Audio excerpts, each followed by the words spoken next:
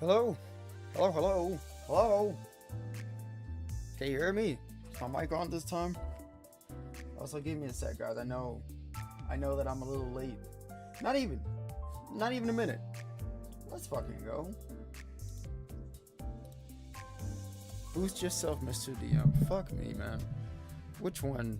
This mic? This is my mic? Okay, there we go. Like, I'm literally maxed out, so I don't know what to do for you if I'm maxed out. As good as I can get.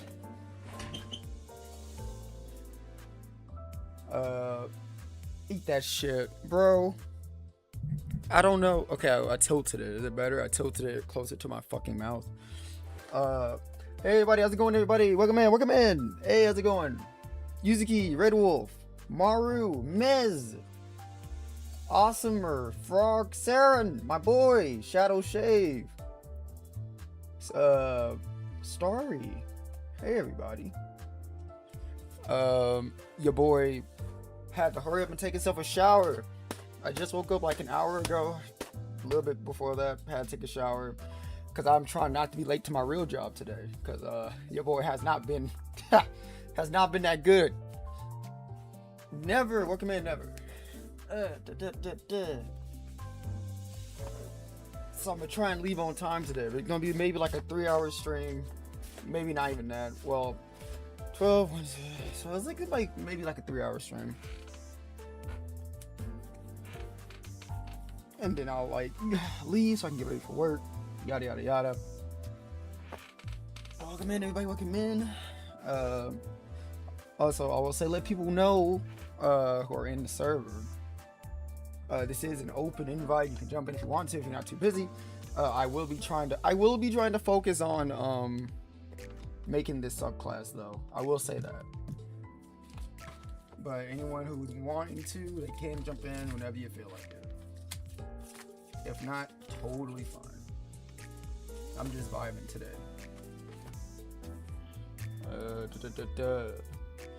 My video is frozen. What the fuck? Oh god, sorry. Hold on.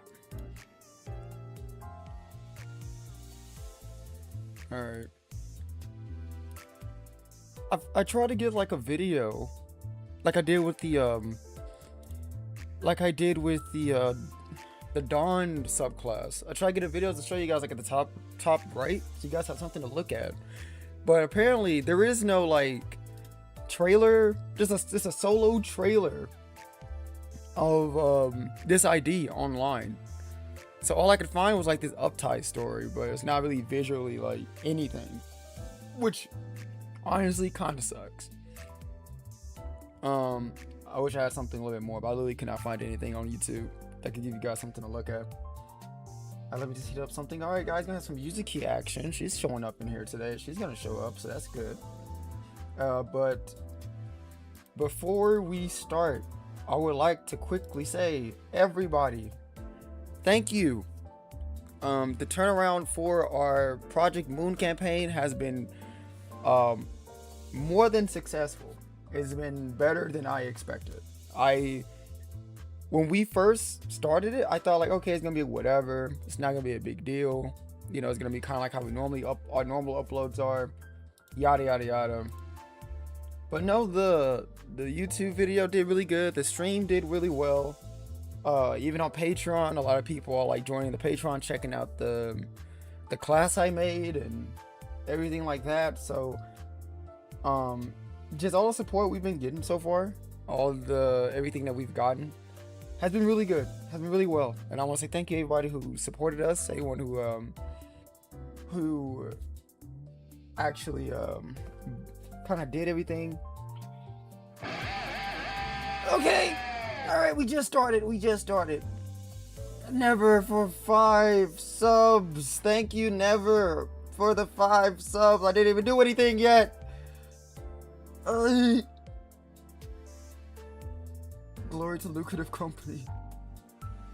Vroom vroom.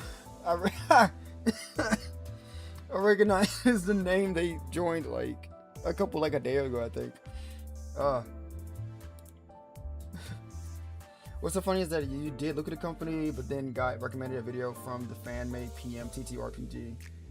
Oh shit.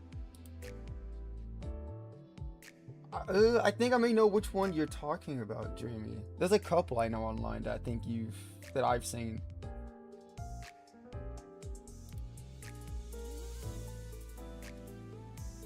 Also, guys, I will say once Yuzuki gets here, I will be AFK. I need to grab my notebook, which I have all of my my notes in, because I've been working on a subclass while I've been at my real job. That's why you already see a few things on here. Oh god, my chat's fucked up. Hold on. Hold on, I'm seeing it right now. There we go. Oh, there she is. Whoa. Hi. Hello. You Dreamy. What is this video? What is this? Oh yeah, this is the video Dreamy sent. This is a video I've just seen. I haven't watched their campaign. I think I tried watching the first session, but I didn't get too far into it. There we go. It just came out. Yeah, like they have a campaign. They have like a full ass campaign. And this guy, I think he's been like making videos of his TTRPG or Project Moon for like a while now. Am I hidden? No, you were. Yeah, I had the thing in front of you. You watched the first session and paused. Dude. I can do better. No, I paused because I was like, I don't have a good attention span. I'm a ×2 video VOD watcher. It's really bad. Thank you. TikTok has ruined my attention span. For 300 streams, Tisha, she wants your attention. Everybody, everyone acknowledge her. Look at her. She wants attention. I love you. You're the coolest ever. Little crybaby. What? You have to be nice. Excuse me. That is my beloved. Yeah. There's Jackafangs and the one made by Ham Chan, right? I know there's a person that made like the Star of the City, which a lot of Project Moon content creators use. They use that TTRPG for the most part. And then there's this guy. Yeah, Ham Chan is the one that Dreamy just posted. He does his own thing. I know that Cinephon, the one who does like the Fifth Trumpet, they do their own thing. So there's like 3 different TTRPGs you can find of like Project Moon online. And unlike mine, they're all free. So I mean, yeah. But that's up if you don't want to do anything D&D related. There are many. There's some that are like purely Korean, that have gotten translated. I think I've seen that one too. And I wish I could remember the name of it, but I'm so curious about it. No, I think I've seen that. I couldn't understand a word it was in. I was like, I can't do this. But I remember seeing it though. I was like, oh damn. It's like a whole system. It's crazy.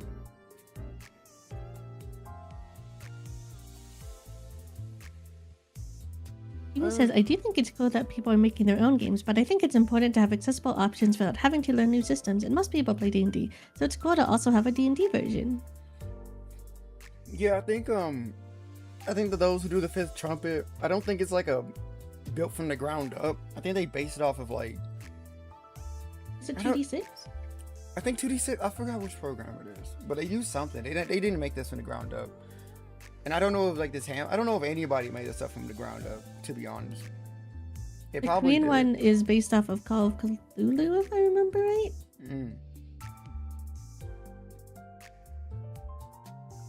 Love the classes you make. It giving me some inspiration for something I've been working on. Thank you, buddy. Thank you. I just got the Hamchan recommendation. Yeah, that one. I saw his videos and they did okay. That one, the last one he just posted, the Dreamy posted us. That one popped off. Viewer wise, it went crazy. I want to peep.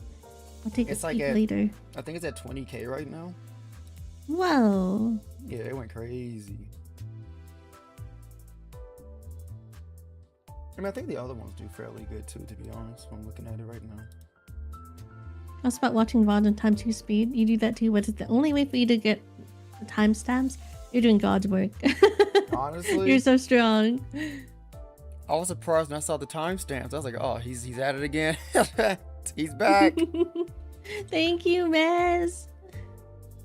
God, this video keeps fucking up. You know, I'm gonna do this. This can be a good background. It might be too long of a video on Fort. Let's just do this. Scotland. Let's just do this, boss. Oh, my son. There you go. I'm gonna loop it. Okay, I can watch my son crash out in real time. You know what? Let me reheat my coffee and grab my notebook. I want to ask you a question about this guy because you've been really on him. I've noticed in the past couple of weeks. It's because I like him a lot, and I don't get to talk about him. Right, hold on. Oh, you got it. Okay, go. You got a question from? You can answer the question from chat. So I'll be right back. My city now. Hi everybody. Do I have a favorite finger syndicate? Honestly, I want to say it's the ring, but the thumb unfortunately has really good drip. Would I survive in any finger syndicate? No, absolutely not. Actually, I lied. It's the index. Sorry, I can't decide. I feel like the index I'm really, really drawn to because I think the whole like Gods of the City is incredibly fascinating, especially because we're just really getting into it. I figure we're gonna learn the most when it comes to Otis's Kanto, considering she seems to know a lot. But I'm so curious because I feel like in the city where like it's more or less kind of grounded. It's interesting to bring the concept of gods into it. What are they doing? What's going on? Reheat coffee. So you hate berets. I don't hate berets. I don't know where this is coming from. I love berets. And you know this because I remember you said whenever you picture me with a beret on. And specifically for Liquidative Company, the other campaign coming soon. Yippee! I'm so happy it's finally here. I have been debating whether or not to slow drip all the art I've gotten of my character. Maybe I should, maybe I shouldn't. It's just because in my mind, like, we were gonna start this campaign almost exactly a year ago, and it didn't work out. But since then, I just have gotten random sporadic art, and now I'm just like, I'm gonna look like a psycho. Because I have like 12 months of art just stored up. And Yuzuki's the new Ryodia out yet? And do you have her? What I usually do is I grind for the units so I don't have to spend anything unless it's well perkies. So I probably won't get her until next Thursday. I was thinking of being naughty and doing a little tentpole, but I can't. I really shouldn't. But she is out alongside the new Heathcliff. Hi! Oops. Okay. Who's your favorite finger syndicate, Multi? I have not played a lot of Limbus, so I cannot get a good grasp on all the fingers. But I mean, you've seen at least like 3 of them in Rear now. yeah, I've seen them. But the ones I have seen, I like the finger. Not the finger. I like the index. That's my favorite. Yippee! Cause like they have the best outfits. I think they have the best outfits in my opinion. I like the white and black. I like the cult bullshit. I like that they keep their eyes covered on some stupid shit. It's dumb. And like I like the characters they have in the syndicate, like the chained up girl, the LARPer. The LARPer. We got Yan right there. Like they were cool. And they were cool in like Runa. I thought they were like the coolest syndicate in Runa. Yeah. They gave me the biggest I impression. like that the confidence makes a lot of sense because it's like, well, I don't need to do anything because the prescripts will guide me. I don't need to think, I don't need to see, I'll just follow the prescripts. Hi, Nabunan. Nah, bro, we'll let you remember I am streaming, buddy. Just so in case you didn't. I do like seeing Turtwig hidden behind Faust, and it's really funny. I was about to say like my entire social security. What did you say? Where the fuck is Nabu on my thingy? I think Nabu knows because otherwise Nabu would be Nabu and not his Turtwig. I can't fucking find I did not know. I did not know. No, You I were just you were just prepared. I'm in the cafeteria. I was not prepared for anything. I didn't choose Turtwig. Oh, what's for lunch? Pho. Is this him? Oh, yummy. Where Is the it? fuck is he? No, leave him there. He looks funny. He looks like he's trying to guide Faust. I'm just trying to find him. They're always trying to find me. Where the fuck is he? People are always saying this. Damn it, Nabu, where the fuck are you, dude? In your walls. He's in he's in the cafeteria. He just said. I did say that. Is this him? Got him. Ah! There we go. I didn't even know I was Turtwig. Did you like set me to Turtwig? I think you set yourself to Turtwig. just never changed it.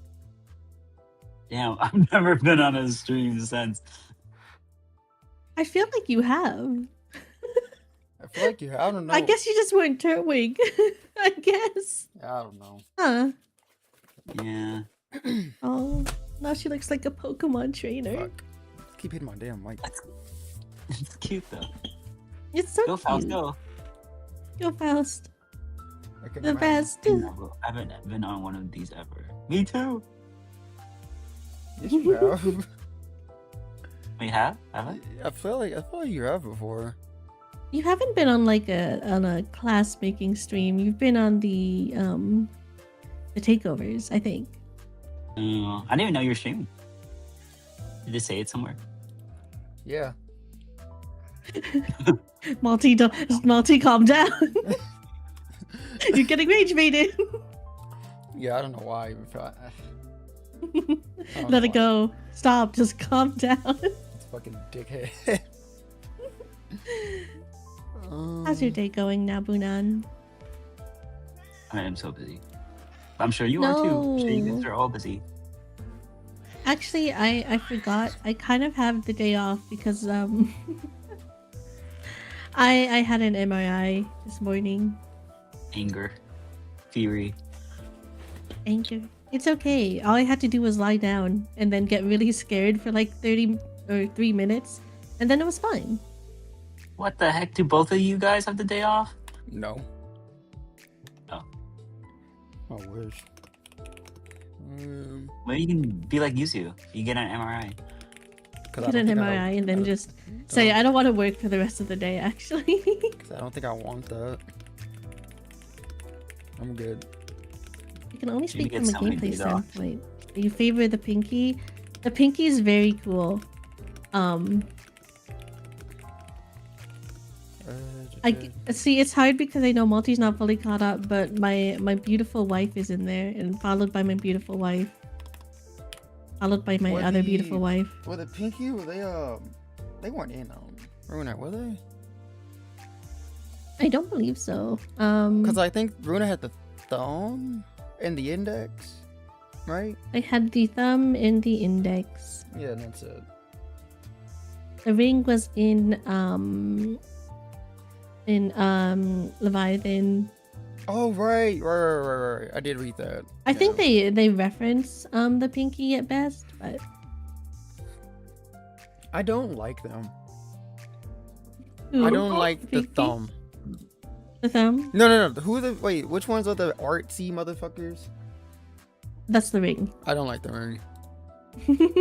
I don't care for the They ring. just like art. They're very passionate artists. Is there The something only- wrong with being a passionate artist? The only thing from the ring I like is the robot chick. That's because she's cool. But I He's don't. cool. I don't like the. I don't like the ring in general. They're just kind of. They're kind of out there for me. I think that's fair. That's funny. She's like, you shut up about the thumb. Dreamy is a thumb glazer because her boy Merceau looks very, very handsome. Then Dreamy, your opinion is invalid. What the? Why not? I think it's pretty valid. Because you like it for one person. Invalid. You know, let me think about who else is in the thumb. I think she would like Katrina.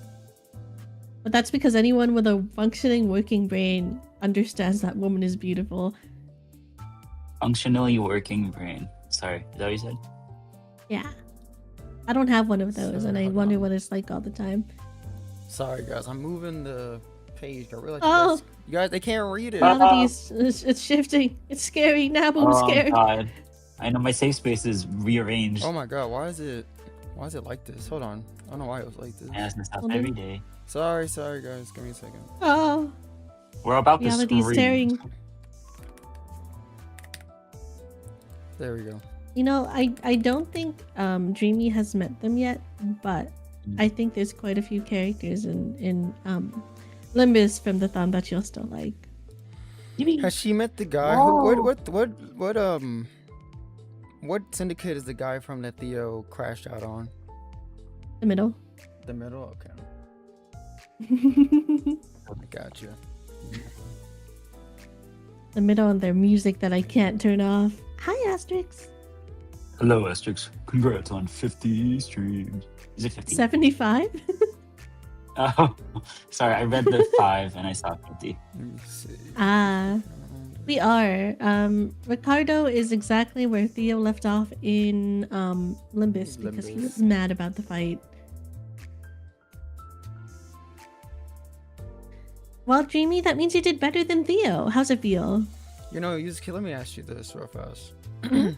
So you read this subclass already, right? Yeah. I don't know if you remember much I of sure it, did. but I'm already making some changes to it. But one thing I was unsure about is that the amount of grace you can get. Initially, Yeah. I put down it's equal to your proficiency bonus. So then, let's say right now, level 3, you start off with 2. It'll be 3. Oh, 2. Oh, Yeah, you start God. off with 2, and then it goes up to 6 by level 20. But I wonder if I should make it like your wisdom modifier. I think wisdom modifier is a little bit better. Mm. Because worst case, it's the same. Like, let's say for some reason you roll so abysmally low and you put nothing into wisdom.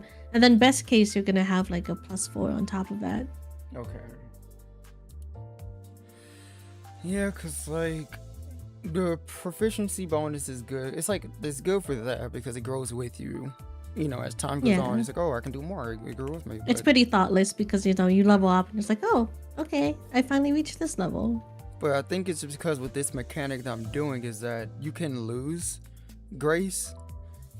And it's like you can lose grace, you can use grace for different things. So it's like, I think having more grace and more options is better. I feel like. Yeah, I think it is too. I think having more grace is better because it's eventually you might reach a point where like there's maybe one enemy left standing, right?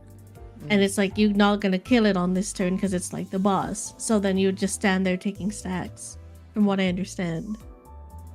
Yeah, you're just because that's the thing I thought so too, right? Because I'm like, so for those who are listening, how this subclass is gonna work, I'm trying to make it similar to how it is in Limbus for the Faust ID, to where like you have to follow the prescript. So like if you can read it on screen right here, I don't know if it's too hard for you, is that at the start of each round of combat you get a prescript that you must target a certain creature on the field, a hostile creature. You must do a very specific action to them. If you're able to complete the action, you get a 1 point of grace, and each point of grace you get a +1 to your weapon and damage rolls, and you gain one. It's more.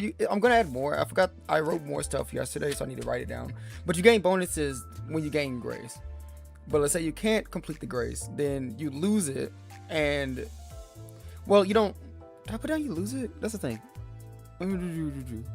Yeah, you lose it when you don't complete it, and you gain 1 point of karmic consequence, which you will gain like a debuff on yourself each time you don't complete a prescript properly. So that's how I'm trying to make it, but I'm thinking of giving people more grace at the start depending on your modifier, so that you have more like options, because the grace, you can use it for like several different reasons in this subclass. So that's the idea I'm having. I'm trying to make it as playable as possible. I feel like this is a really hard subclass to play, and it's really hard. It's like you're playing the subclass and you're pretty much told you're not allowed to play. You're not allowed to play you want. You are like half a character by playing this subclass, by entrusting everything to the gods, but I suppose that is how it works. Oh yeah, that's how it works, you know. Or if you choose, you can, flavor it as like, I don't follow the prescripts, I do what I want, and then you just take consequences. Yeah. So, I mean, you know what? You all voted for it, so. That's because the index is cool and The goated. index is really cool. Like I said, I love the index. So, at least compared to the other one so far. Maybe I like them better. I know my girl Rhodia, she got a little spicy. Not just once, but twice. Not once, she'll do it again. Oh my god. That was really funny. When you showed me last night, I was like, let's go. Like, that's so fucking funny. That's so funny. I liked how your reaction just so, oh my god, that's my goat. Oh my god, that's crazy. Oh, Rhodia. I love her. It's kind of like I said, I'm surprised they literally could have just been like, nah, we're not doing that. But they said, nah, No, we don't care. I will say, considering the character that she is portraying, it is extremely accurate, and she would say that. Did she say that like in base game? No. They just added it. But she would. She would. That's so funny. They just added it. Oh, I think sometimes with the ID stories, they really need to drive home someone is a bad person. Because sometimes some people get a little too sympathetic with it. We're like, oh well, like she was like without any spoilers, she had her own stuff to deal with. And it's like, okay, fine, we'll make her drop something real quick and tell me how you feel then. She said a slur. She said a fucking slur. That's what she said. I asked me. But it was really funny. It was really funny. Oh my god. I like that the second people had her. That was pretty much the biggest thing I saw, other than how busted Heathcliff is. Oh, is she not busted? Or is it, oh, you don't know if she is or not? She's also busted, but like that was kind of a given because considering who she's based on. With Heathcliff, the day his skills and stuff got posted, a post went viral calling him the new potential man. And when I saw it, I was just like, I don't think this person knows how to play the game. Oh. Because on paper, yes, it's very simple, but we don't have the numbers, so you can't really gauge until he's actually out. And then of course the second he comes out, he's like stupid busted. Why do I get the feeling that any character that's based off like a boss character in Limbus, this is automatically like really, really good? Well, yeah, because you're taking on like the identity of someone that's like potentially like a color, potentially really high up, like. So like they kind of have to be good. So shouldn't people just automatically expect, yeah, they're gonna be good? There is like, you shouldn't even be like, are they gonna be bad? Like, they're gonna be good, dude. I guess technically he's a boss, but like a mid boss. So people are like, oh, he's gotta be nothing. He's gonna be mid. Yeah, I think people are also I think Potential Man has ruined the internet. Because people just think, making a over exaggerated slander post is funny. So they'll do it, and then it's just like, okay, but like this is just gonna mislead people into thinking he's not worth the pull. Yeah, Potential Man has Yeah, because I'm tired. Because anytime a character dares to breathe, someone's like, oh my god, Potential Man, he's useless. He's not doing anything right at this moment.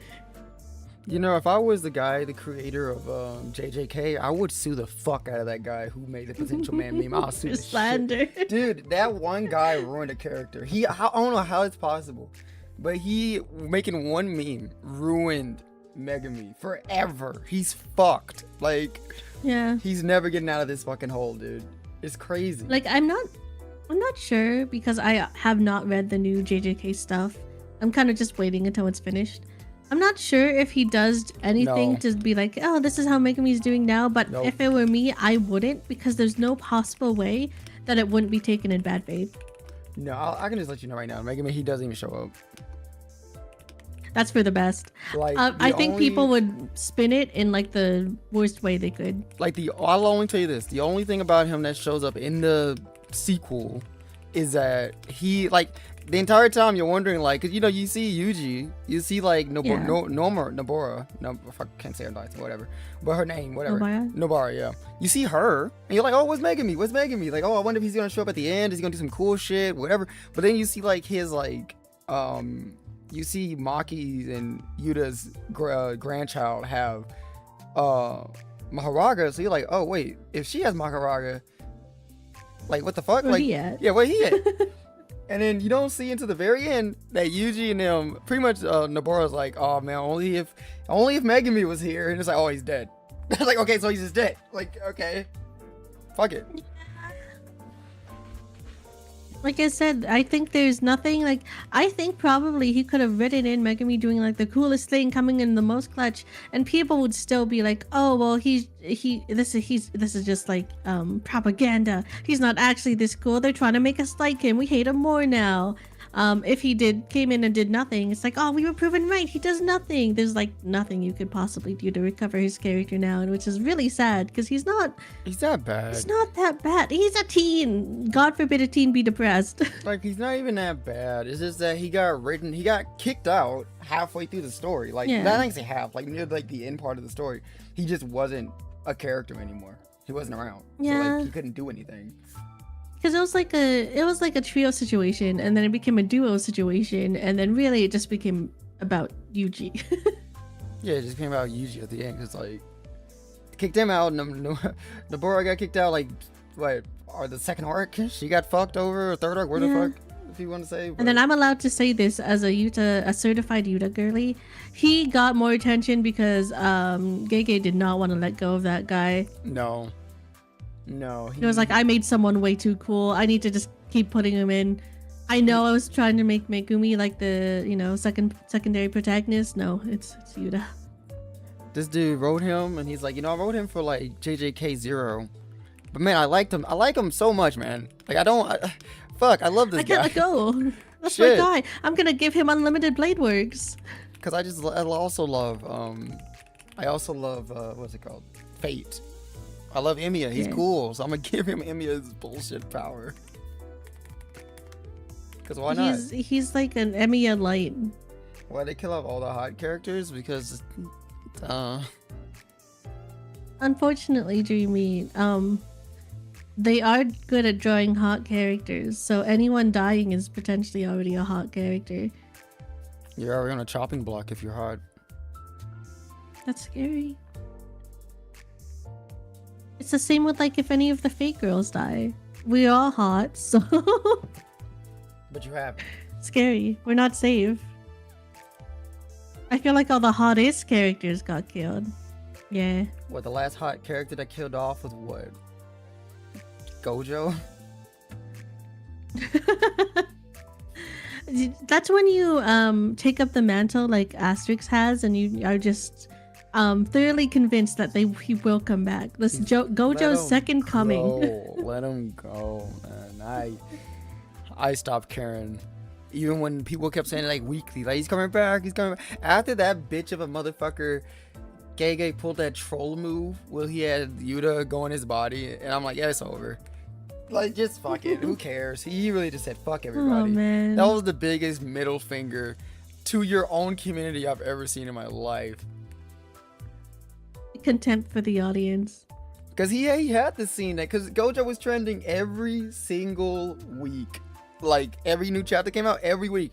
Gojo was trending because they were like, they want him back. We want him back. Gojo was coming back. Until this, even at the very end, the last few, after Sukuna's dead, people still like, Gojo might be back. He might be back, guys. Like, it's not over. It's not over. He could still be here. I think the problem of his power scaling, of making someone the strongest, it really gets into people's brains when they're very... I think people talk about power scaling also way too much and invest too much in it, when it's just like, ultimately, a character is as strong as the plot needs them to be. It was not like a scale that you could hold to like 100% truth. So they're like, oh, Gojo's the strongest. He's gonna be back. It's like, no, Gojo was as strong as Gege needed him to be. And in that moment, he was like, no, he's not strong enough for this. Gojo is strong as much as Gege needed him to be until Gege was like, fuck, I made him too strong. He's like, I need to figure out a way to get around this shit. Yeah, there's only one feasible person he could lose to, unfortunately, and he was faced against the one person he could. Still don't like how it happened. I still hate how that fucking happened. It was so dumb. Doesn't Gege hate Gojo though? Okay, yes. I mean, that's also a but rumor. Not really. That's like kind of like, I don't know. I've never seen an interview or writing or anything that he came out and said, I fucking hate this character. I don't think he's ever. I think he's said it once, but it was very it was like in a joking tone because he was like, I don't like drawing his hair. Yeah, I think it was something like that, and then people spun it. Yeah, it's kind of like why I do think people getting to see creators on social media these days is very dangerous because they're willing to take like any words as like, oh, it's canon now, and it's just like, I think sometimes writers like to fuck around and find out. I think they like to troll their fan base a little bit. I would. I absolutely would. I'll be saying the craziest shit just to see these motherfuckers. You already do. What do you mean? I mean, like, you if come into poll chat and you're just like, right. What do you think's gonna happen today? I know, but I mean, like, if I was like this high tier, like, artist, whatever. I have people legit watching my shit. I know people take everything I say like as gospel. I'll just say like crazy shit and just see like just watch how they react and see what they would do. It'd be really funny to me. Like you? What you mean like you now, boo? I also take everything Multi says extremely seriously. Shut up. No! I would do anything Come back, he asks. Nabu. I didn't kick him. He's still here. Okay. Yay! Listen, I trust Nabu's judgment. I don't trust a word this motherfucker says ever. I trust Nabu. What do you mean? Ever. He's a truthful boy, right, Nabu? Yeah. If Multi told me to go eat KFC over Popeyes, I'd go to KFC. I wouldn't go to All right, Popeyes Nabu. anymore. I don't think Nabu. he would say that. Alright, Nabu, jump off a cliff. Alrighty, we're back. Alright, see you later. No! Look at that. The boy who cried wolf. No, he's like, I want to give Nabu cookies. If you give him Mouse a cookie, I want to give him so many cookies. I need Sleepy to draw him as like either as like the mouse if you give a mouse a cookie, or like the kid who cried wolf. It's like got a bow. Yeah, just give him something like that. That's what Nabu is. At his core, that's Nabu. You know, last night me, Nabu, and Dreamy were hanging out, and we were going through some Nikkei characters. Yeah. And Nabu has such interesting views on Nikkei. You know, I also saw in session chat, Dreamy brought up my tier list. What the fuck was that about? Oh, because Nabu was like, didn't you guys do a tier list? And I think Dreamy was like, yeah, we did. Here it is. Because Nabu was surprised that Private was your favorite Nikkei. Why? You said it just didn't seem like the vibe. Oh. Nah, it's the vibe, buddy. It's the vibe. He was very shocked. He was shocked? Damn. He was shocked. He's like, I know Multi's type. These aren't his types. What's going on? You know, I forgot to ask. Well, it might have happened when I stepped away. But, like, I wonder who he thought your fave would have been. Well, I guess because, like, for me, like, when I was doing this was purely based off of, like, visuals only. Yeah. In a very, like, you know, whatever the visuals tell me, the personality is like, but Nabu has played enough Nikkei to kind of know who is who. We can ask him when he's back from running off that cliff. Yeah, when he climbs back up. Okay, I did change the prescript table just a little bit. All right, let me take a peek. If you can see it. You know what? Let's just make it really big on my monitor. You must use guidance. Okay. Okay, I have a secondary question. Okay. If you were making a character, what are your stats and what are your stat dumps for this class? So it all Because depends here's on... what I'm seeing with the prescript table. Okay. You kind of would need to be somewhat of an all-rounder, which is always rough in D&D. For why? What do you mean? What do you mean? So like a shove or grapple, that requires strength, right? Yeah. Yes, it does. Yeah. But I think that's the only melee one. ranged. That's only one. That's But the only one it's that a depends D8. on. No. What I'm saying is like, that's the only one that's based on like one hyper specific stat. Okay. The rest don't. That's true. That's not too bad then. It's just like here's the thing, because I'm viewing it as like, let's say we're maybe halfway through the fight. It means potentially shove or grapple could be, 50-50 depending on how your stats spread. Kill the target, probably not happening because it's a boss. With the critical hit, that's something way out of your control. And then expended grace stack can potentially also be out of your control if you are already in the gutter. See, my So thing, that's my I guess Yeah? the problem I'm having is that I want to make things on the prescript table that's almost like out of your control, kind of like how it is in Limbus or how it is in Project Moon, where it's like they get prescript that's like they're like, what the fuck I'm supposed to do with this, and they gotta kind of have to deal with it. I think with Ruina, Like I'm making enough not Ruina. where I'm making enough where it's like they're doable, but some are just really, really hard. yeah, I would say.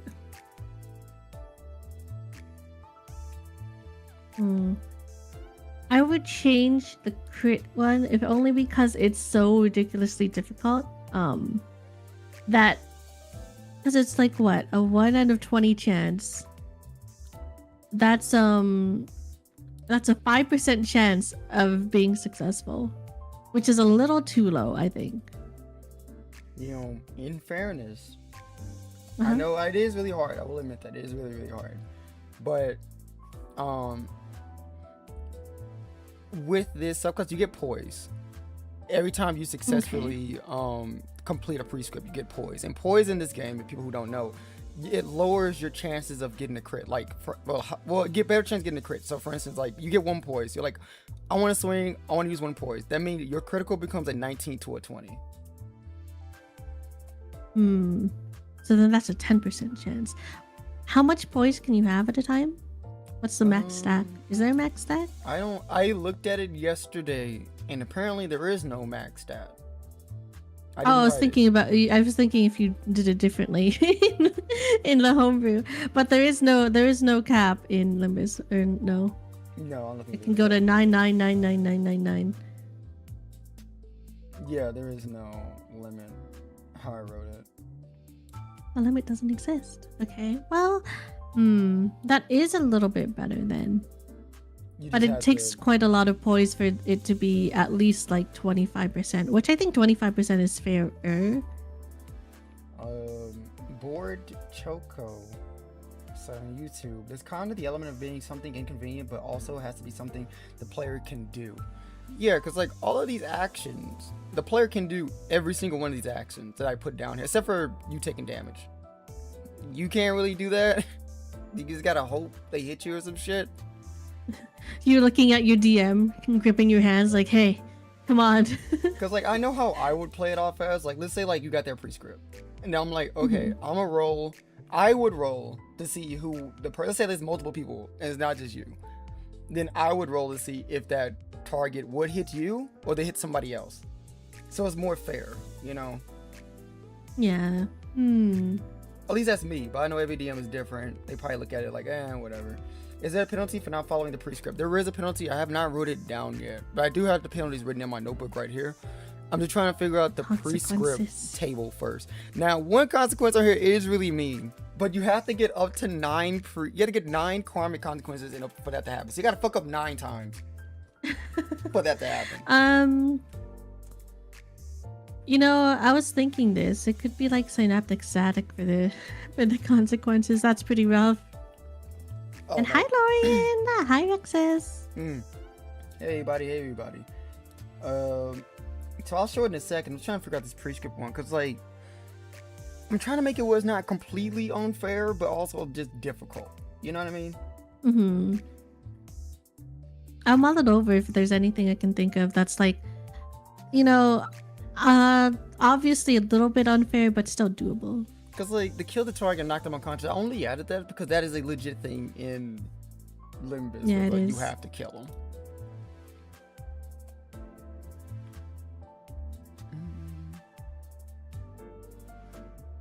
Now, okay, let me ask you this. With Faust's kit in Limbus, is there, like, a time limit she has to do this? That she has to do it this turn, and if she doesn't do it, she's fucked? If she doesn't do it by turn end, it's over, and she gets a little stack. Okay. Yeah. Alternative, you could make some prescript order that's detrimental to yourself or other players, but those are more like DM ruling thing. See, I don't want to make anything detrimental to other players. Like, you have to swing your own teammate. Which is like, would that be something the priest could write? Yeah. But this is also D&D. And, like, you don't want too much conflict with, like, each other in combat. You know what I mean? Yeah. It makes sense for the city, but in terms of a team-based game, it causes bad blood real quick. Because, like, I do have subclasses in the Fixer class that does something like this. I think Mari's subclass does something like that, but she has to hit a certain point for that to happen. And the Magical Girl Queen of Hatred also has something like that, but again, you have to hit a certain point for that to happen. It's not just like, oh, I rolled the die, oh, I guess I'm fucked, I gotta hit you, buddy. Like, that's not how it works. So it's like, I could write it down, it's like, oh, you have to hit a teammate, but then let's say you say, I don't want to hit a teammate, then you just get a karmic consequence, and then you're kind of fucking yourself.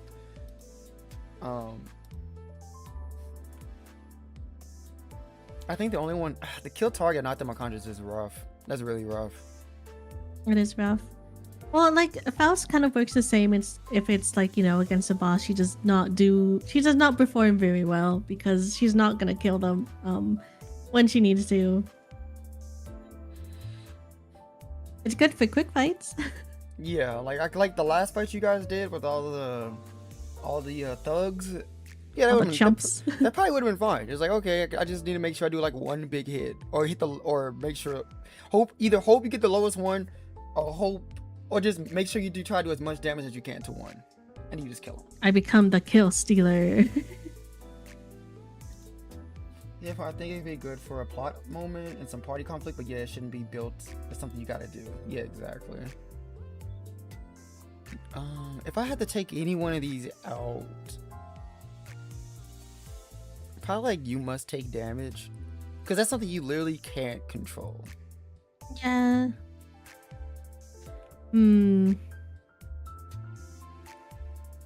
What do you have for like its unique skills? Let me try and read. You know, it could be deal a grievous wound to the target. You gotta hit a certain damage threshold. That's not bad. Do you have something that, like, on attack they can debuff? You could be like, must inflict 1 stack of blank on the target. Well, however, that's only if it's like somewhat easy, because if it requires light, you already have clashing for light requirement. Yeah. Already roll. Well, no, for this, the only time you can deal sinking to a target is if you are successful in the prescript on them. Then they get 1 point of sinking. So, like, you don't get that until after you do it. But, you know, I do like the threshold idea, though. Like for instance, Threshold's pretty good. like you have to deal. See, that's the hard part. Like, it is good, but it's like, think about it like later levels. Let's say, like, oh, you have to deal. Yeah, 10, it might 10 be just extremely easy. Yeah, you gotta. It's deal hard 10 because damage. not many things grow with you in D&D. Yeah. Hmm. So that's the only problem. It's a good idea. It's just, D&D, when you get stronger and stronger and stronger, it becomes negligible. Unless you boost up the fucking damage threshold, but that's a lot too. Maybe like you must have like 5 stacks of poise before your turn end, or something. Oh man! But you only get I know, it's poise. really rough. You only get poise when you. If you hit, You only get poise if you succeed, and you only get you only get 5 poise. Well, that means you have to have a 20 stat wisdom modifier, like a 20 stat wisdom. okay, what about this? You must use all of your movement. It's kind of easy, but it's nice to have an easy one. Or sometimes it might be rough because maybe you open yourself to a bunch of ops. So maybe you can't do it. Maybe your way's blocked, but it's more or less kind of fair. But that one's so easy. That's so easy though. That's so easy. You gotta have an easy one. Like, if you think about it, you must make a melee or ranged attack and hit is pretty easy. Most of the time, people are gonna be able just to swing and hit. What is it? YouTube chat. Yeah, I was gonna say make the damage threshold a percentage for target's HP, but I don't know what to scale as well. Also, hi, multi YouTube. Machoka. Hello. No, it's just that when you do D&D, I feel like you don't try. Also, hello, what's up, Earl's Gaming? How you doing, buddy? I try to stay away from percentages because then a lot of people aren't good at math. I'm not good at math. So it's like, oh, the enemy has 147 hit points. Okay. Well, what's the percentage of that to this? Like, what's the 10% percentage or whatever this is? People are like, I don't know.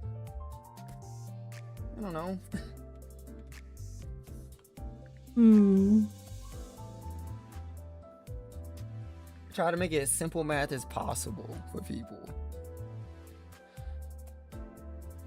The threshold idea is really, really good. Even the movement isn't bad. That's a good idea too. It's just easy. It's so easy. Hi, Adam. It's just free eats.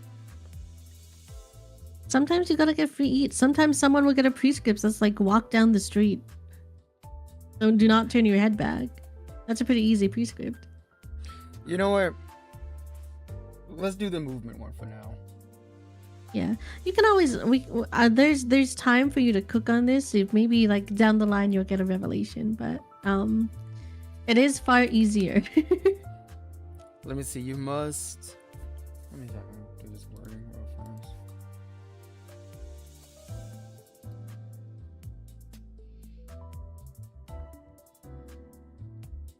Just like I said again, it does open you to potentially bad situations where it's like, oh well, since I have to use my full movement, maybe I'll be far away from where I want to hit. Maybe I can't use my full movement and I'm in really tight space, so I just auto lose. What am I gonna do? Leap out when I'm surrounded? You can't do that in D&D.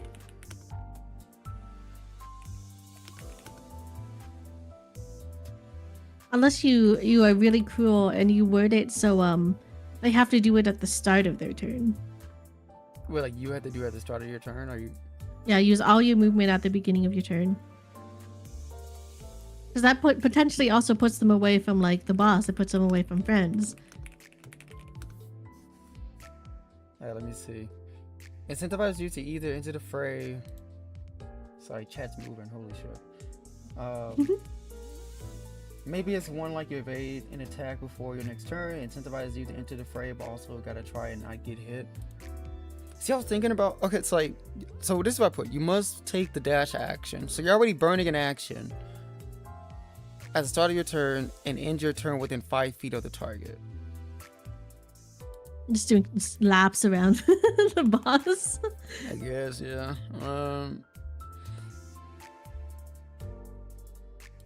Hold on. Takes away a bonus action, which is pretty good. You know, not good for them, but it's pretty it's pretty good. You must take the dash action at the start of your turn, and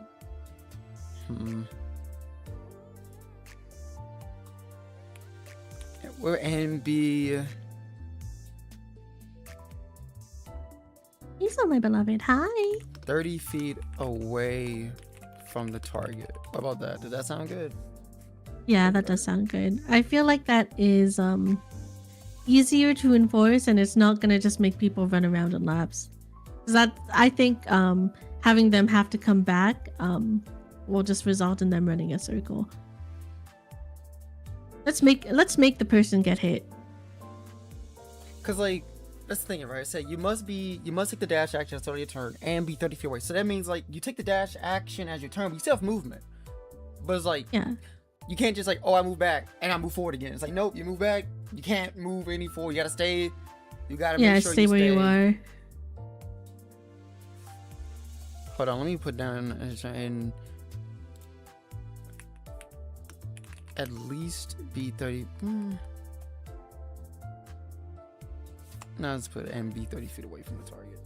And I think Board Choco said something to the like the invading one, because I was gonna say like take the dodge action this turn. Oh yeah. And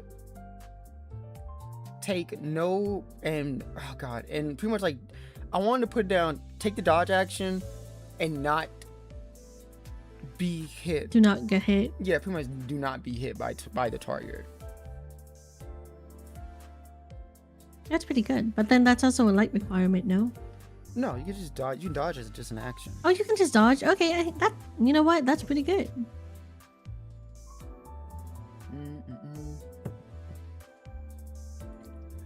Let's see. I was gonna say use guidance just because it's kind of funny that you're technically helping the enemy. But it's like, because you use guidance only helps with what skill checks, right? Guidance doesn't do fuck all. Like it only helps with skill checks. So like I don't know, maybe I get rid of that because like it only does skill checks. When do you use skill checks in a fight?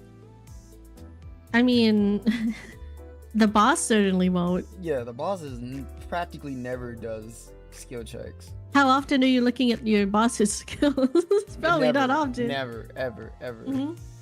Unless it's like a hyper specific thing, but that's such a DM, like, it's up to you. Oh, grappling counts. You know, that's true. That is like a strength check. Wait, but that's a skill though. Wait. Oh, wait. I'm tripping. Because grappling, you have to use athletics. You gotta use that. Yeah, athletics. Athletics? So that is a skill. Yeah, but that's one specific scenario. How often do enemies grapple for you? I guess thugs were grappling. Theo was grappling like a motherfucker last game. I don't know. Yeah, but that's Theo. He loves to grapple. That man was grappling But like a madman. If I had the constitution that Theo has, I too would be grappling like a motherfucker. Jesus Christ, I thought fucking Hoshi was gonna be grappling like crazy, but nah. It was this Well, you guy. have to remember, you uttered the words, "Oh, these thugs can't beat you," to Theo, and I think he smiled. It's like, guess I'm grappling forever. He did that in Hulk smile. Holy shit! He's like, Yeah.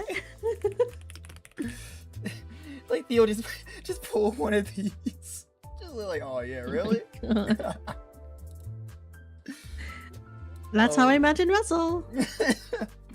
Is there an out of combat prescript table? Because that's when the guidance could be used. I thought about it, right? I thought about doing an out of, like, there's a feature in this class, this subclass, where you have to follow a prescript, at least one prescript a day. You have to. It's like every day you get a prescript, you have to do it. You know, it makes me a little bit frustrated though, which like, because I know another subclass did the same thing, so it makes me feel like I'm copying. So, but I know this is part of Limbus. It's part of the game. Like it's not copying, because in fucking Project Moon, so I'm not copying. It's literally something from something else. it just made me feel weird. I guess it made me feel like, oh man, this is gonna be too close to home. You know what I mean? I mean, it is how the game works. Because, like, if you did out of combat ones, maybe it could be like a once a day thing. And then if they manage to successfully complete it, they get a status buff. And then if they don't, they get a debuff. You must do this within the same day. And then it would also make this this poor person, whoever is fully guided by the prescripts, go, okay, I refuse to fight in a small room. And you have to tell me what time of day it is, Mr. DM. No, wait. Sorry. Someone in chat, we got a new person in chat making smiling face. I just got here in such one of the Limbus campaign, and my first impression of you guys. And let me say, it was a damn good one. Thank you. I'm laughing because he has the chud smokers. Listen, smoke is busted in Runa. It's so good. The chud smokers. But I do think it's very funny that you've managed to crop the avatar so perfectly that it's just the face. It's nothing. There's no offense, by the way. I just think they're really funny. They're really fucking funny. We did a Runa character tier list. I don't think they fared too well, but you know, I think we were also delirious when we did it because I looked back at it a few days after. It's like, what were we doing? What were we thinking? What did I even post it? What did I post? I think you posted it in Gaming Dog. God, I hope. Oh my God! Do you know? Guess who was mentioned in the latest Uptie story though? Who? Salvador? Yeah. That's our goal. That's our goal. That's why he's He was in the Uptie story, and I think like my eyes. I think I started just white knuckling. I was like, he's fucking here again. Let's go. That's my goat, buddy. That's my goat. He remains relevant. God damn. He deserves to be up there. At this point, he's haunting the narrative as much as fucking Philip does. Yeah. You know, I'm gonna change the guidance one to, even though like guidance is like whatever, but it's so hyper like specific. I feel like it's kind of like whatever. Well, you know, I do think it's kind of nice because guidance is also forcing you to touch the target. Because you know what? Let's say maybe you are 30 feet away and now you can't touch the target. You're fucked from like your first prescript and you're fucked from your second one. That's true. I mean, I don't know. Do you have another cantrip that's a touch one? No. I mean, there is, but I think guidance is probably the best cantrip for these guys. Yeah. It makes sense as in the whole like index god bullshit.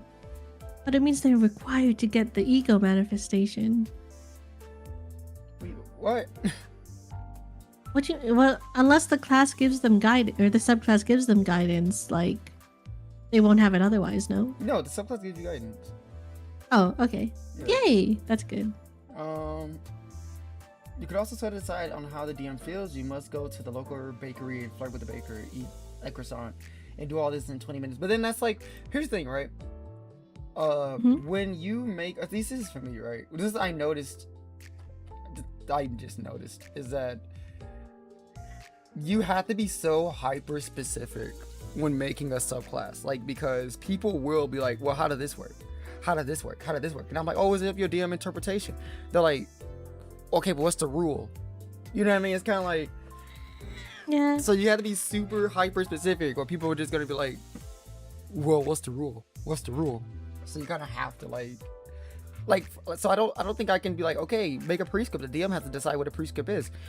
What if your DM's an asshole, and your DM is like, oh yeah, you got to go kill your teammate's mom, and it's like, no, why would you do that? There's all kinds of folks out there. I think it's also like, in a way, having it that specific helps someone who, let's say you're like, I really want to be a fixer, but I don't, you know, I'm in a game that is not based in the city. This way, someone who has zero knowledge of Project Moon could feasibly pick up this class and be like, okay, well, let me see what this does, and then allow it potentially at their table. God, do I make it a D10 instead? Because I want to add the dodge mechanic, but I don't want to get rid of anything else. I feel like a lot of stuff. I think I'm fucking with everything else here. So I don't want to get rid of it. D10. But then I think of two. I gotta think of like one more after that. Low-key true, because sometimes I get like when Yeah, you do. Subclass about the interruption with me, lol. That's why that's why I made the ego. If you guys bought the PDF, which is on Patreon by the way, you can find it right here. On Twitch. But the reason I made the ego one on mine optional because it's like, well, DM interpretation. Because ego is such a I feel like ego isn't something you can just be like, oh, your character is guaranteed to do this. Your character is guaranteed to do that. I will simply manifest. Yeah, you'll just do it. So that's why I made it optional, because I'm not going to sit there and say it's perfect. We haven't even tested it in game yet. So that's why I'm like, you can use it if you want to. It's up to you. Just saying. Don't know if it's ready yet, but okay, let me see. You must take the dodge action and oh god, how do I put this in?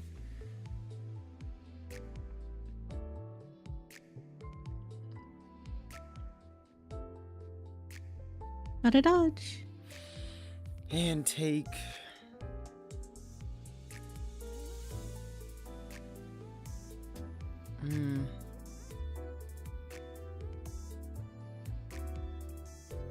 because like the hyper specific writing I could put down like, oh, you must take the dodge action and the target must miss a weapon attack against you with this, like, because of the dodge action. So like you have to take the dodge action and the person has to miss because of the dodge action. So it's like it's so hyper specific. A part of me like, that's what the index would do. I'm like, that's so unfair. That's such a fucked up. Yeah, it sure is what they would do. It's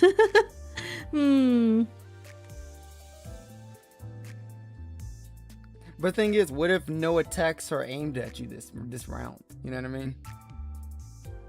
What if it's an AoE magic attack? Yeah, what is it? I guess like you're just fucked, right? You're just someone fireballs your ass. It's over. Yeah, you're just standing there, just like, well, I guess this is it then. Fuck. See you guys later. It's been swell. See ya. It's fucking obliterated. I mean, I feel like that's just what the prescript is. You're just kind of whatever. Yeah. Okay, you must take the dodge action and 2 more valid checks for guidance are casting over level spell scrolls and using dispel magic counterspell against an innately higher level spell. Here's the thing though, I feel like I'm refuting a lot of people telling me in chat. I'm not trying to. I'm just letting you know that in Project Moon there won't be a lot of magic blasting around for this campaign. There won't be a lot of spells in this campaign. So like scrolls and spells won't even be a thing. They will be, but it'll be very, very rare.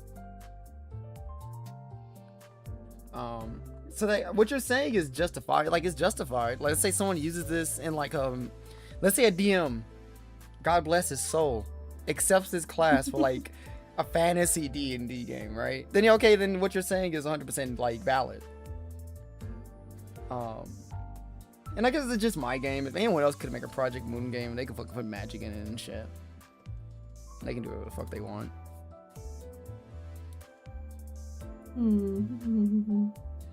The head will tax magic. I just know it. I wouldn't be surprised if someone discovered magic and the head's like, whoa. Hey, stop that. Hey, you can't do things until we profit. We gotta profit first. You know the rule. No. Magic does exist. It's just very, very rare. Yeah, magic does exist. And it's hardly ever referred to as magic. It's probably just like, oh no, this is a new singularity I'm developing. Smile. That's why I love. Please don't throw it into the incinerator. I've showed you several times. I love the meme of Pluto, just my Jewish magic. Oh my god. I love those. It's so fucking funny. I hate unfair contracts in the city, so my power, I make unfair contracts in the city.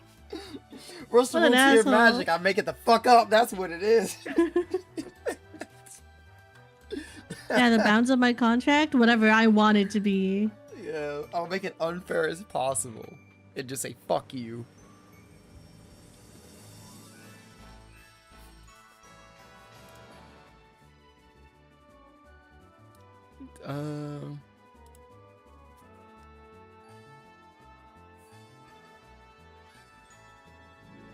I guess invade all weapon attacks against you from the target. You must take the dodge action and invade all weapon attacks against you from the target. Maybe I should put a clarification that if the target doesn't attack you, you failed its prescript. Yeah, Does it attack you? time to fail. This round with a weapon attack, you fail this prescript. See, this is what I mean by hyper specific, by the way. Well, I have to write down, if the target doesn't attack you this round with a weapon attack, if I didn't put that weapon attack, people are like, oh, you said attack you. So that means like spell attack? Oh, you mean like AoE attack? I got Like, attacked. I got attacked. yeah, I got Come attacked. on. Look, it says look, it didn't specify like what type of attack. It just said attack. So They were really mean to me and attacked me verbally. yeah, exactly. So like, you gotta. I see. This is the kind of thing that I would do to multi. Yeah, exactly. You didn't specify the kind of attack. And talk shit as a taunt, as a bonus action. And that's only. And again, that's all DM interprets. That's all up to your DM. That's all up to your DM. Like, would they run at you because you're taunting them, or they gonna be like, fuck you, I don't give a shit, and then continue about the day? But that's the DM pretty much telling you, I'm gonna make sure you fail your prescript. Fuck you. so mean. Like, I know you have a prescript. I don't care. This isn't about you. This isn't about your prescript. It's about what I want to do. About what I want to do. If you didn't like this prescript, you shouldn't have chose the subclass. That's on you. Also, I do think, maybe this is just kindness. It's hard sometimes for a DM to keep track if you're like, it's asking a DM to also keep track of your class in a way.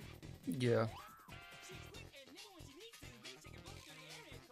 Let's see. What's your reason to make these conditions, Pluto Contriti? My reason are that I made them the fuck up. Real and true. That's what he does. I love him so much. He scared the fuck out of me when I first saw him. Cause I didn't know what looked library Rune is my first Project Moon game. It's my first one. Didn't play Limbus. Didn't play Lobotomy. So when I saw him, I thought he was like a demon. I was like, they have demons in this game? Like, what the fuck is this? Like, why is he just a skeleton guy? He has like these weird contract powers. You want to get the power to write whatever the fuck I want. Sign this. Sign my contract. I think I even read it. Hi, Spider Cam. Welcome in. Oh yeah, welcome in. I think I even read it that he doesn't even need you to write the contract. You just be like, eh. No. I want you in the contract, so fuck you. I wrote it so, it's giving like playground rules, It's like, Yeah. actually, my sword is flaming and your sword is turning into lava and it's burning you. Actually, you signed this contract in your sleep when you weren't looking, so everything you do to me does no damage. Everything you attack me with gets reflected back at you. Well, I have this uber magic shield that reflects it back to you. Oh yeah? Well, I have the Uber Magic Shield times infinity. Well, I have infinity +1. So that's how Pluto works. Yeah. Somehow Hawkma got past it all through pure symmetry alone, though. Because he's the GOAT. Man, It's Pride Month. He's the strongest right now. You don't want to do this. He's at his peak. He's at his peak. Fucking hate him, dude. I love him. He literally like dishes out the most romantic lines in these video games like it's no problem. It's crazy how he's like, of all the Simpson and Project Moon that we've seen, I haven't seen a single person that bypassed him. He's just awesome. That comes even close. He's on such another level. It's crazy. I'll overthrow a wing for you, sweetie pie. Let me just start a war real quick. Yeah, I'll like fuck around with the head and break their taboo and help you make a robot lady. It's fine, yeah. It's fine. Whatever, it is what it is. I trust you. I'll let you kill me and put me in a robot body. It's fine. Every single loop. Every single loop, you kill me. Every single loop. He knew the loop was gonna happen, and he still was like, "Yeah, okay." Yeah, I'll do it for you. Anything for you. Let me do it for you. Yeah, do it for you. Oh, what a guy. Fuck. I'll Crashes out when you try to leave him. Yeah, exactly. He's like, no, no. God, Don't outgrow me, please. Stop it. Stop it. Is that why he crashes out in lobotomy? Yeah, because he wants to keep you there in your eternal prison forever. Oh my god. Because my game crashed at that point, so I couldn't see it. Yeah. Oh, it's so good. His meltdown's so good, dude. I ripped off my keyboard and everything. It didn't even matter. You know, I have a friend who's playing through it right now, and he crashed out. Oh, did he fight him? He tried. He's going in as somewhat blind as possible. So we were just like, oh yeah, I think you'll be able to figure out the mechanic for this boss fight real fast. And he was like, what do you mean? And at this point, he pauses for like literally every single decision. Oh, so the second he pressed pause, it was over. He was like, what the fuck was that? And then people started dying left and right very quick. Oh my god. Oh right, because you can't pause. You're fucked. Yeah, someone randomly panics or dies. Right. I forgot his whole thing. You can't pause. Damn. I think for his boss fight in particular, if I remember right, it causes sanity damage at first, and then it gets progressively worse with each pause. Damn. I wish I could have seen it. Bitch ass game. Well, here's the thing. You would have crashed out. I know I would have crashed out, but I was ready. But that's the joy of Lobotomy Corporation. You will always crash out. I was ready. I was like, okay, let's get this over with. Nope. Wasn't in the cards that day. Keyboard stripped. I'll do it one day. I'll redo it one day. I still think I want to do it like on multi V2. Just randomly. You know, it's good that I watched them, because otherwise I would want to restart Lobotomy Corporation, and I can't do that to myself. I need to have time in my day. You're gonna be legit sitting on your desk playing Lobotomy, and then you're gonna be like, oh damn, it's been 6 hours. Yeah, literally. It's because in my mind I was like, oh, if I just get to day 21, it's like, you know, that can't be too bad. She and said then that's day the 6 21. hours. She said day 6 hours. It take you only 6 hours to get to day 21. You know how long day 21 is? That's not too bad. Yes, it is. What do you mean? It's not too bad. You know, maybe it's not too bad now that I've played it the first time. So like I know things. So I can like, okay, whatever, right? See, imagine I like you to imagine what it would be like if you didn't grind at the beginning, like I told you to. You're just sitting there like grinding once and like, why am I doing this? I'm like, trust. Yeah, if I didn't grind, I would have got so fucked so early. And it's like, you know, you did it when it was like really nice and easy and nothing bad ever happened, and then the ordeal started happening. I think only I need to make sure to check. I think the hard part of me is that because you kept keeping track of the days and shit, like if I was doing it properly, that's gonna be my one thing. I'm like, oh fuck, I didn't keep track of the damn days. I didn't rewind like I was supposed to. Well, I made you rewind so much because I wanted to keep you under a certain amount. It's fine. Scary. It's fine. Whatever. Alright, I gotta figure out one more prescript.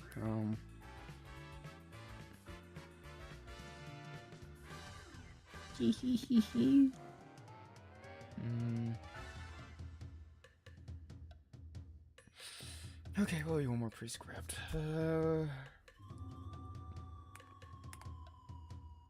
Which syndicate do you think you'd have the best chance of surviving in? Just you. Well, I don't know many of the other ones. Oh, true. Well, of the ones you know.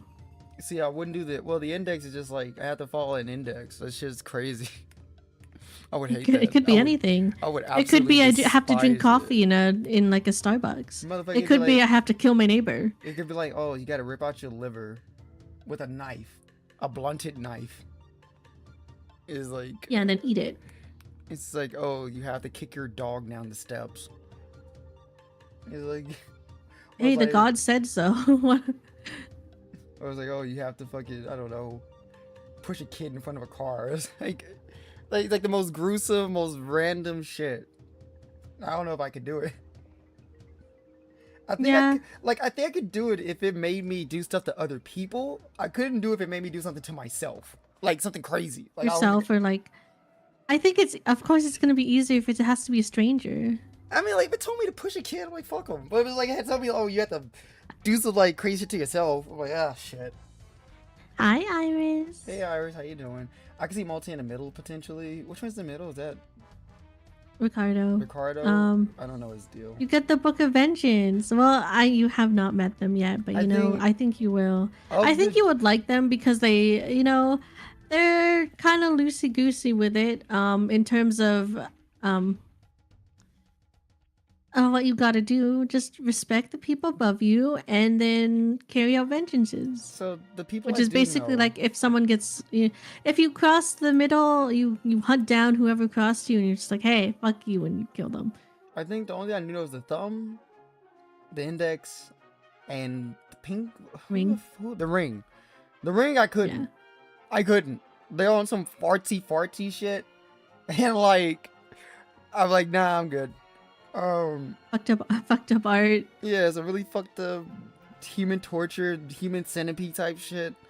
And then the index, you have to follow some crazy ass paper slip every damn day.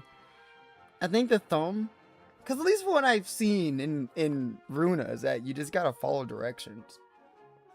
Yeah, a lot of them are pretty much follow your superiors. Yeah, don't talk back. Do your job. And that's it. Obey. And then you get to hang out and blast music and party with the middle. And their loud EDM. The only thing about the index, I'm like, damn, I wish I could do that. I will hang out with Gloria. She's funny. She's kind of a freak. She's funny, though. She's kind of funny with it. She may be a freak, but my god, does she make me laugh. God, yeah, exactly. She makes me laugh. Man. I don't know what the fuck she is, but she makes me laugh.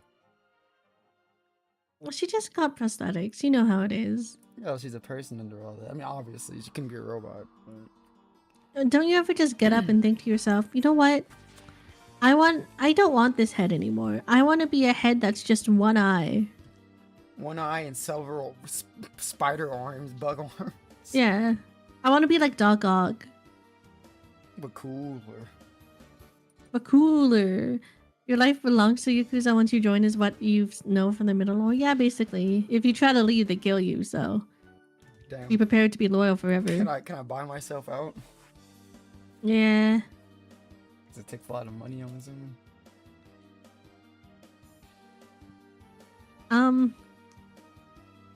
Yeah. Yeah. Oh, fuck. Just retire peacefully. Most people in the city do not retire peacefully. No, I don't think I know a single... Well, they probably are in Limbus, but I don't know a single person that retired, like, chill. No. Yeah.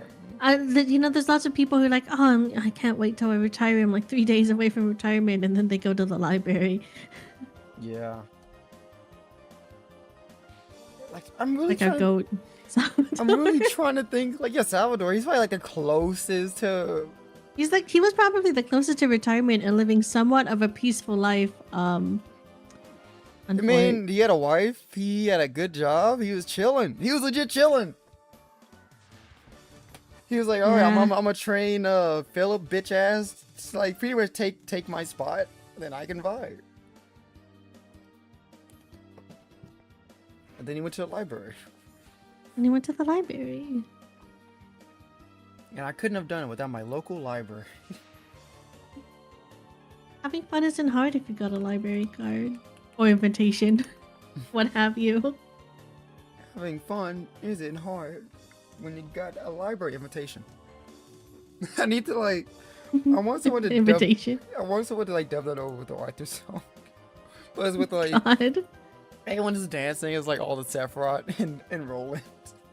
Having fun isn't hard. Just a cheeky little invitation. You know how it is. Mm-hmm. Nothing bad ever happens. It's the city. What's the worst that could happen? Everything, actually. How hard was this yawn fight for you, by the way? He's a pretty long fight because he's very tanky. No, how hard was it? Apparently you're not supposed to ask me this question, but he's a very easy fight. Yep. What do you mean, yup? What do you mean, yup? Yep.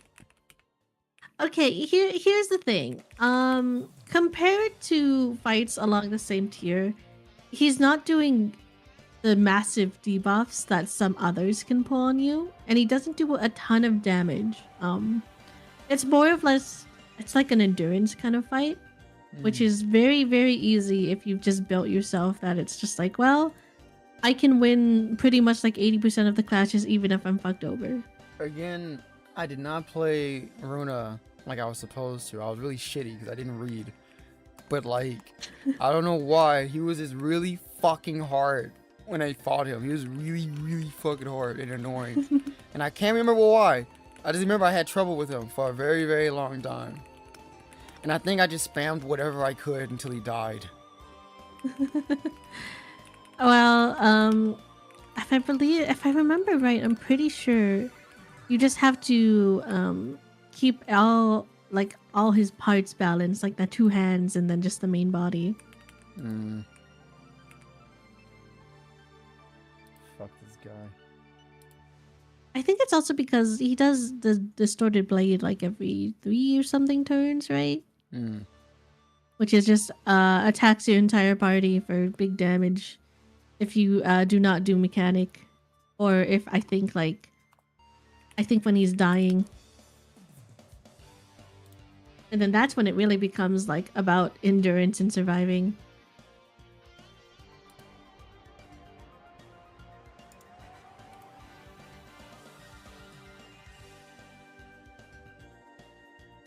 I wonder if the new Ishmael is any good. She's pretty good.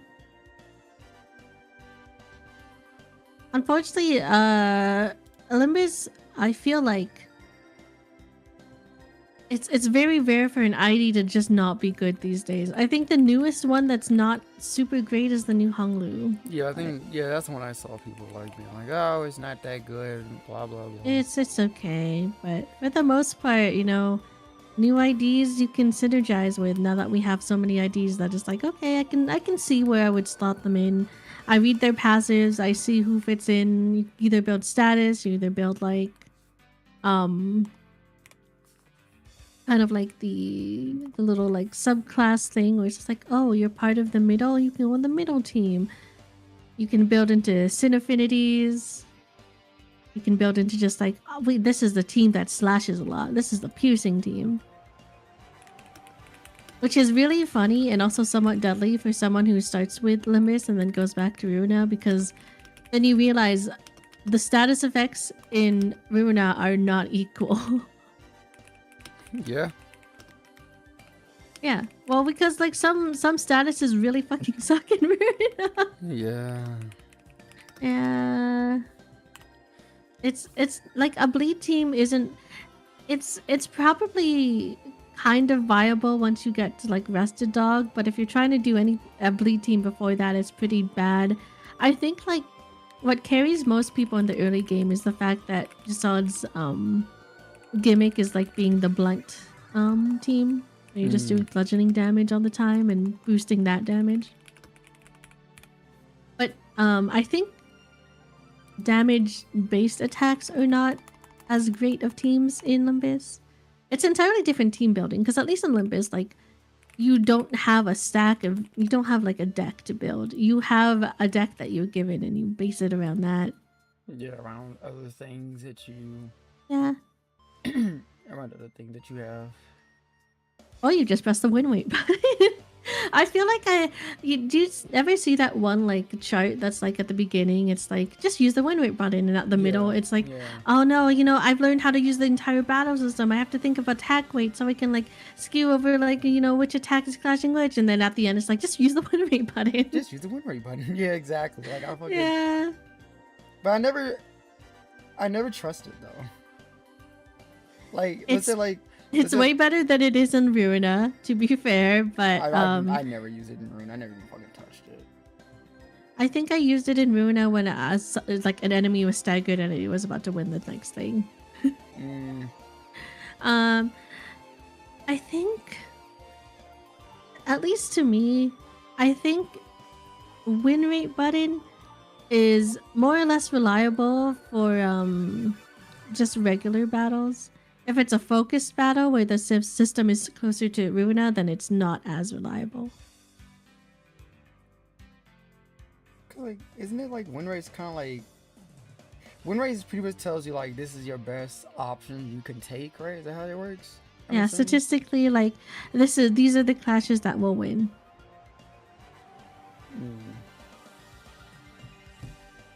I think like unlike Runa, Limbus is very much, it can be boiled down to if you win the clash, you win. Whereas in Runa, I think you have the flexibility of sometimes losing the clash is good for me. So long as I'm clashing more, I'm getting more bleed off. I know like in I mean it's also like Limbus has the benefit of being like an ongoing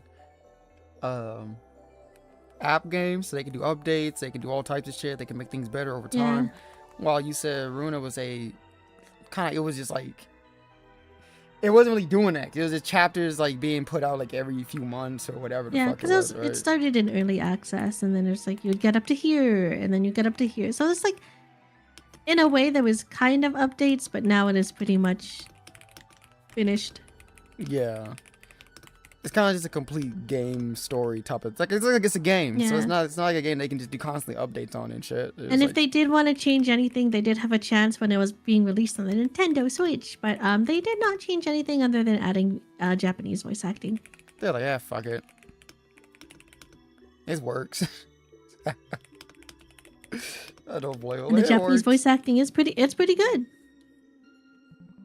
Wait, is that the same Japanese voice acting that got the mod for it? It's like, oh, Japanese voice acting. Yeah, because it was only released on the Switch, so someone just extracted it from the Switch and put it into the Steam version. Oh, I was wondering. I thought these like random people just voice acted and they just added it to the mod. Okay, that's neat. Yeah, it's neat because I think a lot of people did not get it, which is fair. The Switch version, yeah. To be honest, I forgot it was even on Switch. I forgot. No, I like my Nintendo Switch. I didn't want to get it because I knew I wouldn't play it on the Switch because it doesn't have my funny workshop. Yeah, I don't play my Switch enough to justify it. That's my thing. I just don't touch my Switch like that. Yeah. I go through like phases, and it's like I wouldn't replay a game I already own on my Switch. Yeah.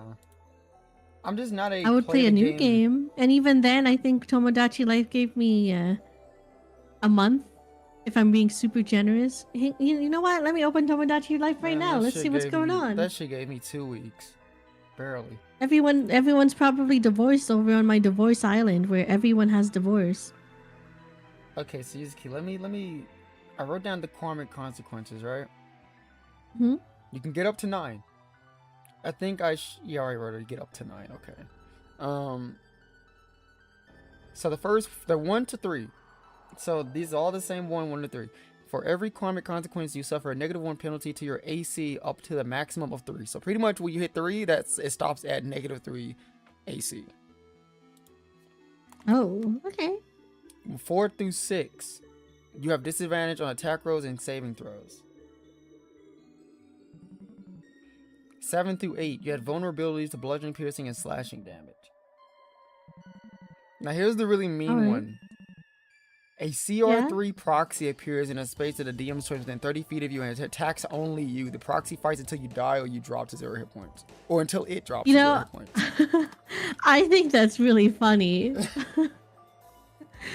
I know it's kind of mean, but here's the thing. It's also very, very funny. And I think you should keep it. I like that. I thought of it. I'm like, I feel like if you're going against him enough, they're like, you know what? Get rid of this bitch. Get him out of here. Get him out. Yeah. We can't trust this one.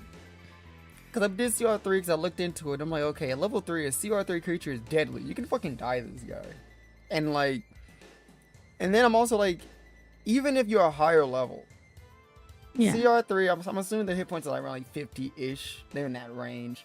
You have vulnerability to weapon attacks pretty much. Your AC is already at -3. And you have disadvantage on attack roll and saving throws. So you're already in such a bad spot that this proxy probably could fuck you up. Probably could kill you unless, you know, your team can really get it together. They stop you know, in a way, it kind of encourages teamwork. Because if you don't have anyone with you and you're in a solo fight, you're fucked. That's so funny. It's like, you somehow you say fuck it and get up to 9 karmic consequences. Somehow. And then the proxy shows up, like, hey, someone get him, someone get him, someone get him. Help me, help me. Fucking proxy. Oh my god. The nefarious proxy spotting beside you. So I'm also thinking, like, your karmic consequences, right? I'm like, should I make it where you get rid of all of them after a long rest? Or should I put it where you lose 1? After a short or long rest.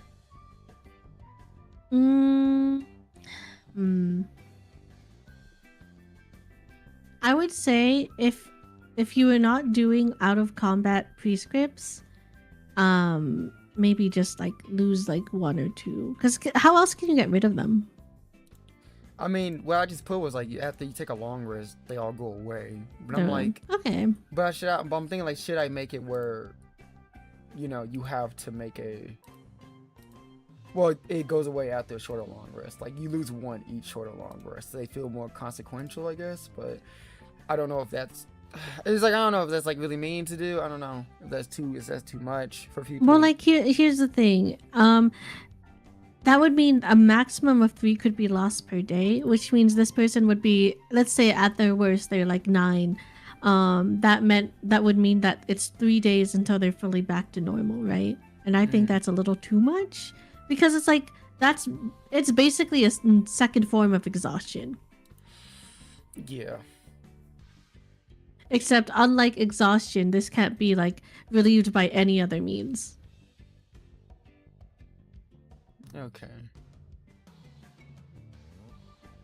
Alright, we'll keep it as a long rest. It's hard for me to think how you can get it to 9. You just say fuck it 9 times. Like I'm gonna just not do it or whatever. It could be possible. You know, it's someone possible. Could be really unlucky is the thing. It's like future proofing. What if someone is already out of light? So it's like, you know, some of these prescripts they just automatically cannot do no matter what. Yeah. What if they're in a small room? You make us fight in an elevator and the quivering index proxy is like, I guess I can't run away, huh? Can I jump 30 feet in the air and just stay there? I love think you guys are fighting in an elevator and he's like, he got up to 9 karmic, but he can't. But the proxy isn't there because you're in an elevator and the doors open up and he's like just standing there, just like, all right, I was waiting for you downstairs, buddy. I knew you was coming. I knew you were coming. He appears in the space of the DM's choice. So what if the space is like, you know, behind the guy along the railings of the elevator? It's like, where's that proxy that was coming to kill me? You open the elevator door and just blood just spews out. What if he doesn't even do that? What if it's just like he appears like on top of the elevator, so I start stabbing through it, like trying to get inside. So scary. Like you didn't follow the prescript. I saw. We all saw. We all know. This like implies that every proxy is being followed by another proxy to make sure they follow the prescript. I mean, that's why they travel in groups. That's so crazy. I'm pretty sure in this Uptie story, Faust has to kill another proxy. Oh, is that why she's bleeding? Okay. Yeah. I never knew. I didn't read it, so. She's so funny. I love my beautiful wife. I don't know why. I know she looks just like Nier. Oh, like 2B. Yeah, like 2B. But she looks cool. I like her in this outfit. Well, here's the thing. You know, they did this without Nier. It's just that she has big titties, unlike Yan. True. That's the difference. She has big titties. She's got big titties and short hair. Like, yeah. That's my beautiful wife. I think like the debate of how big all these girls' titties will finally come to rest when if they ever made like a swimsuit skin, which I don't think they're ever gonna fucking do. But if they they did. It was a wetsuit. Well, you know, I like, come on, like, you know what I mean. The typical one you're expecting. Yeah, the typical swimsuit you're gonna fucking see. Then people are like, oh, that's how big their titties are. Wow. Unfortunately, I don't think it would put anything to rest because people are gonna still inflate the size by like 20. Yeah. No matter what. Make them fucking watermelons. So like, why? Because we like titties. Well, I don't know. I don't know what happens. It's kind of like people are just like, maybe they just want to see it, you know? Maybe it's other gotcha brain rot, like leading in and being like, this is what people look like, right? I think it's gotcha. The thing is that, and people just like big titties, so they just draw big titties. Well, I also did say that it is kind of easier to get a silhouette down if you draw big titties. But you know, I don't think that's the case for everyone. So that means we can't have. Sorry guys, unlike all my other campaigns, we can't have skimpy outfits in this campaign. No! It's just not true to Project Moon if I give you guys skimpy outfits. You say that, but like, what about Gatsby and Hoshi? Gatsby is the one exception. What about Hoshi? Hoshi's like okay. I don't think it's that bad. It's not that bad. It could be worse. But Hoshi's literally in the same amount of clothing as Gatsby. The only difference is that the sleeves are hiding the big arms, and those big arms are shown fully in the combat sprite. Well, the big difference is Gatsby is showing her butt, and she's wearing, what do they call them? Her tights are different from Hoshi's. The fishnet tights? Yeah, she's wearing fishnets, which is even more, I think, more revealing than just regular I think tights. everyone should be proud of me by making my character is so modest and kind and polite. Uh-huh. What? But Is she not kind and polite? You're such a fucking... Hang on, let's look at the material. Hang on.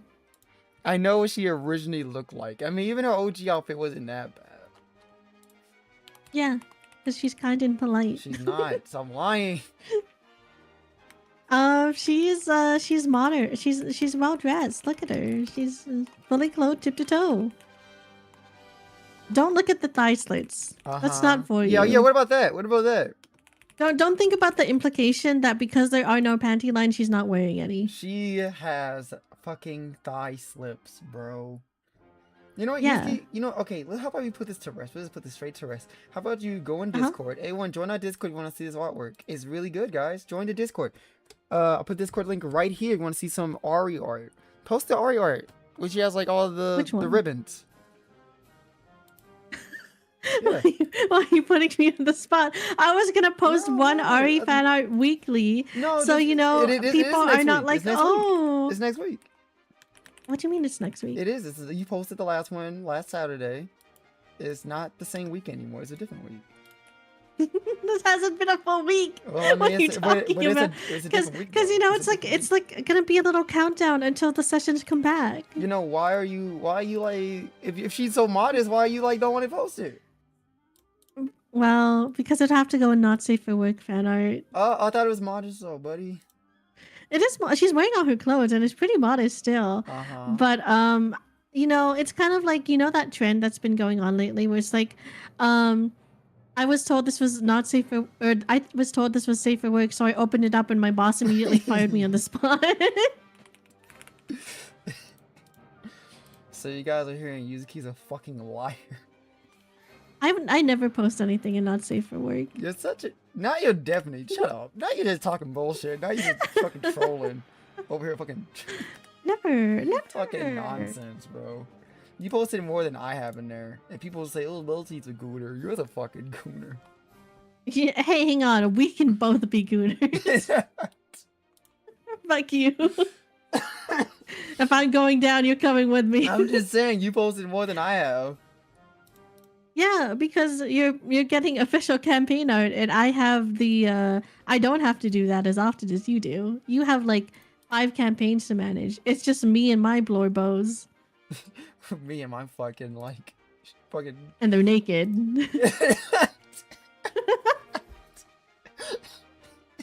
You know what? Just for that, I'm not showing you a new whip I got. You weren't gonna show me anyways. You want some dreamy shit. I was gonna show you Okay, because I then got an update for a sketch.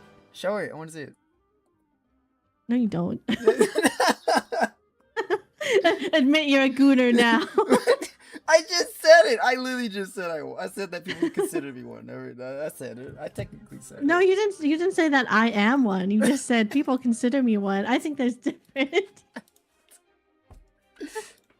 No, you know I'm on a Theo purity test right now. I can't say. Okay, so I guess you don't want to see the art. I see how it is. You bitch! Why can't you just show me? I try to put you on the spot. Now you're like, I'm gonna put you on the spot. You can call yourself a Yeah. gooner. If you like gooning so much, say it loud and proud. Hold on, I gotta fix this damn poll chat in Discord really fast. Yeah, because you didn't have Lucy. Yeah, but she has so many fucking characters, dude. Like, Well, god damn. I legit sat there trying to like, did I get them all? I legit said like, did I get them all? I don't know. It's fucking I want an ridiculous. opinion on who do you think is the most detailed to describe in text and lucrative company specific. I personally think the most complicated character to describe in text is Eden. Like descriptive, like how they look and stuff. Yeah. Either Eden or Ari, because it's like you can be like Gatsby, bunny suit, Hoshi, bunny suit, big arms. Russell just looks like literally a guy in a suit. Euclid is like black and white, like waitressy host type outfit. And then it's like Eden's like scientist, big scythe, vials, messy hair. Glasses. Ari is like kind of a casino host, but not cape, feather thing in hair. Or it's like you can kind of get like the general gist with a few sentences with everyone else. So I love playing D&D. Who would I trust the most? This is why are you making easy polls lately, Monty? What's happening? No, man. It's hard to think of. It's hard to think stuff on the spot. See, I'm mostly between Freestar and Juno, but I think Freestar overall. Because I'm just a normal guy. Like, Freestar's gonna win. I know she's gonna win.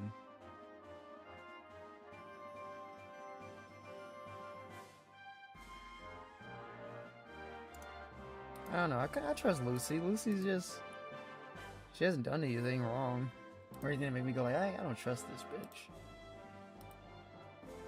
She hasn't, but she's rich. She's just working the normal And we all know it. She's just working the typical medical system that we all have now in society.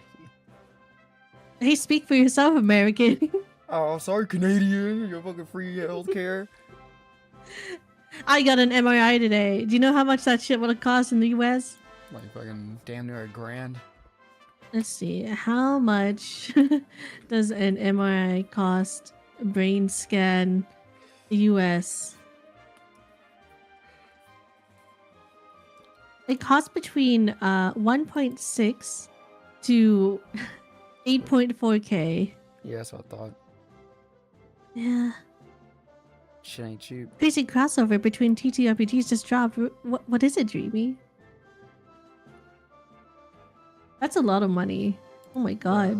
Why do you think I don't? Out of okay, so for a brain scan in specific, which is what I got, it's $2,000 with insurance. Oh wait, people with the pole. Oh wait, no, I had to get contrast, so Free Star 2,500. Free Star might not win this poll. She's got some competition here. Well, teacher voted for everybody. She's pulling the fucking Uh-huh. VTM and D&D. Show me the sketch, Yuzuki. What the fuck, asshole? you didn't say I'm a gooner. Okay, I'm a gooner. There we go. I'm a gooner. Okay, yay! I can show you the sketch now. What is it? Here.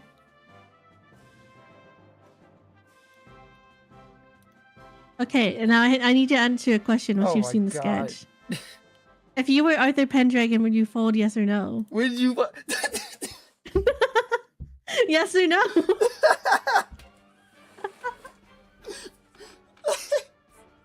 Why would you ask me? That's what I was debating to put like when it's done as the like little comment I put next to it. Oh my god. Oh, Vampire and the Masquerade is coming to D&D. Holy shit. That's kind of crazy. It's pretty good. Somebody clip Except what? it. Me saying I'm a goon. You think I care? Have you looked in Discord? I think the thing about him saying it is it's not really like me getting a win on him because I think he would say it unprompted. Yeah, I would have said unprompted anyway. I don't give a fuck. Literally, look at my track record. I literally just posted big titty art like yesterday. I don't care. Would he fold? I mean, he's already has before, so like twice. Yeah, he would. So yeah, he would. Good. This is like the second. As he should. This is like the second art I've seen of you getting order for like recently, maybe like the last like month. Uh-huh. It's like the second one I've seen you like show me. What was the first one? Wasn't like you had one where it's like you was trying to like pick a pose or some shit? I think this is the same artist. Oh, no? is this the same one? Yeah, because I gave you a choice of 3, right? And this is the one I went with. Right.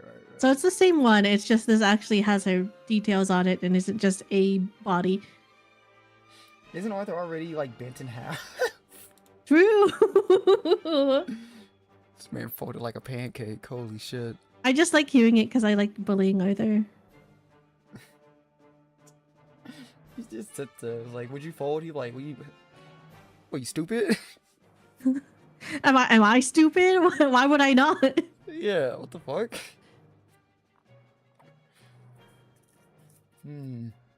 Let me know if this is a good level 7 feature. Oh, like now, okay. Do you remember Ari's, right? Ari's level 7 feature. Hers is she can't be surprised and gets advantage on initiative. Yes. Can't be surprised. Advantage on initiative, I think. And she can. Well, you get bonuses to your initiative, and as a reaction, you can add your wisdom modifier to someone's AC. Oh, that's pretty good. That's so strong. It's really fucking strong. Now that I think about it. Oh, and if the target misses, they can hit back. That's pretty good. But I can only use it. I can use it after my wisdom. Yeah. I mean, by level 7, I hope I can only hope I'm at 4. Oh, you're at 3 right now? I'm at 3, yeah. Oh, okay. I thought you was at 4. But I'm pretty close. I think I'm like 60? 17 wisdom? Can't remember. I can't remember.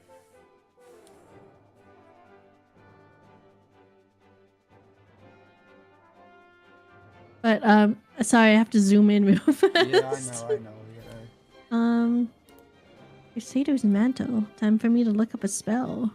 Crusader's Mantle.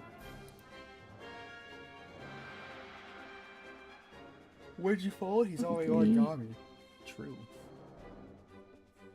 What did I do to that guy? What happened to him? Don't know.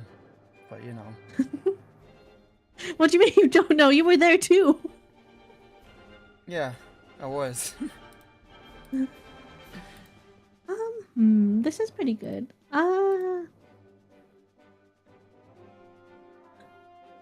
Honestly, it being free and passive is really, really good. I wish that it was more than a 1d4, considering how powerful Aries seems to be. Let me look at the other characters, level 7 features. Like, I know Dreamy just gets evasion. Hoshi, they can heal themselves with their hit dice.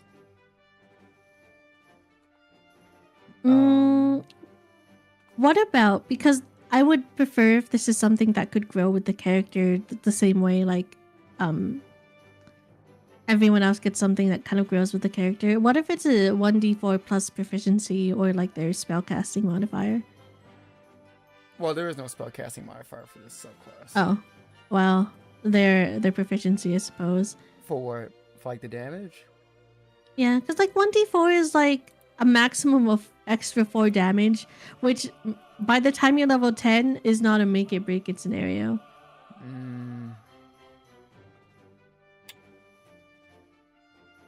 You know what? It wouldn't even be.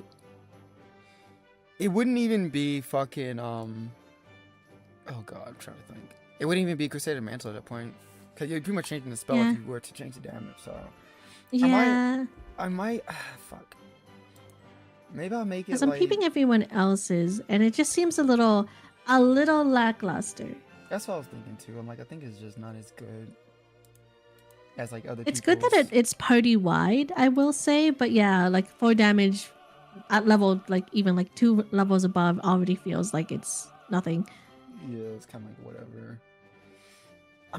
I was also thinking of trying to make it like an aura, how like paladins do it. It's like it's an innate thing, but like you don't need to spend anything on it. It just has it. But I don't know. What are other aura like spells? What's a good? Less is pretty weak, isn't it? Yeah, it's only. I mean, it's good, but yeah, it's a level 1 spell. Is there like a bless 2? Nah, I don't believe. I mean, I don't even think you can upcast bless. The bless is good. It's good. Oh, you can upcast it. You can only choose additional people though. Because let me look at the magical girl level 7. Okay. She gets. Oh, she pretty much heal herself. And her staff does extra damage. Oh no, that's way too busted. Hang on.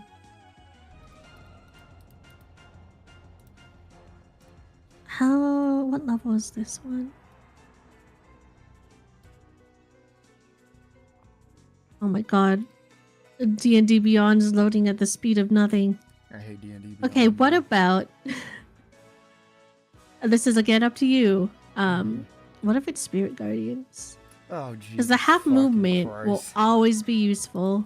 And this is more of a... Unlike like most clerics, this is, you know, it's pretty good to be close to the enemy. And then at the same time, if you get a prescript that's like be 30 feet away, it's also like, oh shit. So it's like a good thing and a bad thing. If I would have... Dude, Spirit Guardian is so fucking strong. I know. It's so But it's something that doesn't get outdated, because most campaigns you're probably getting to like 10, 12. I fear that most campaigns won't get to see the level 15 plus features. Yeah. Oh god. I know. Cause I'm trying like even shimmering in Project Moon, like, cause I try like doing stuff based on the index, and that shimmering is a index thing. Shimmering. Oh my gosh, she's so fucking scary. Sorry, I got distracted with the What? picture of Gloria. I'm like, oh my god, you're so fucking scary. Look at this shit. Hey, that's my goat. Would you be scared?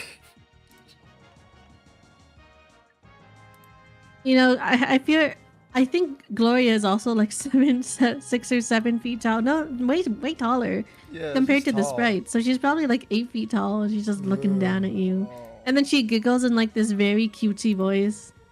She's And 7 she foot stabs one. you like 5 times. Oh Jesus. my god. That's scary. Christ. Alright, Gloria, I see.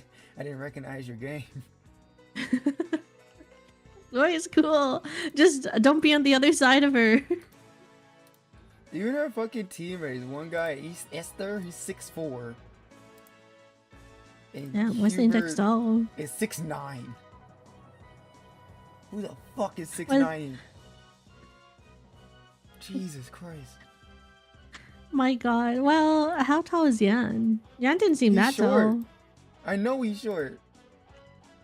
Ain't no way. Maybe this that's why you didn't motherfucker- have faith. That's what happened. Jan is 5'5". Man.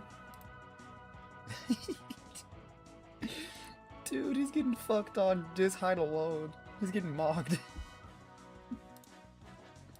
You know, I was wondering because Gloria's sprite is really tall. Aren't like her weird fucked up hands also just like literal hands? They're kind of scary. Yeah, they're like robot hands. They're like little robot hands. For a second, I think I was fully dog awking it and thinking they were kind of like needle like, but I forgot they're just hands. Yeah, they're just little hands. Scary. Oh, that's what shimmering is. Damn, that's pretty good. I forgot. Yeah, shimmering's an actual feature in the game, but it's like, translating it to D&D, that a fuck do you... Yeah. You just need something that's a free action on Fort. Who the fuck has shimmering again? I'm trying to find it. Gloria has shimmering. Gloria, okay. What is it? It's in our combat pages, right? Or is that like...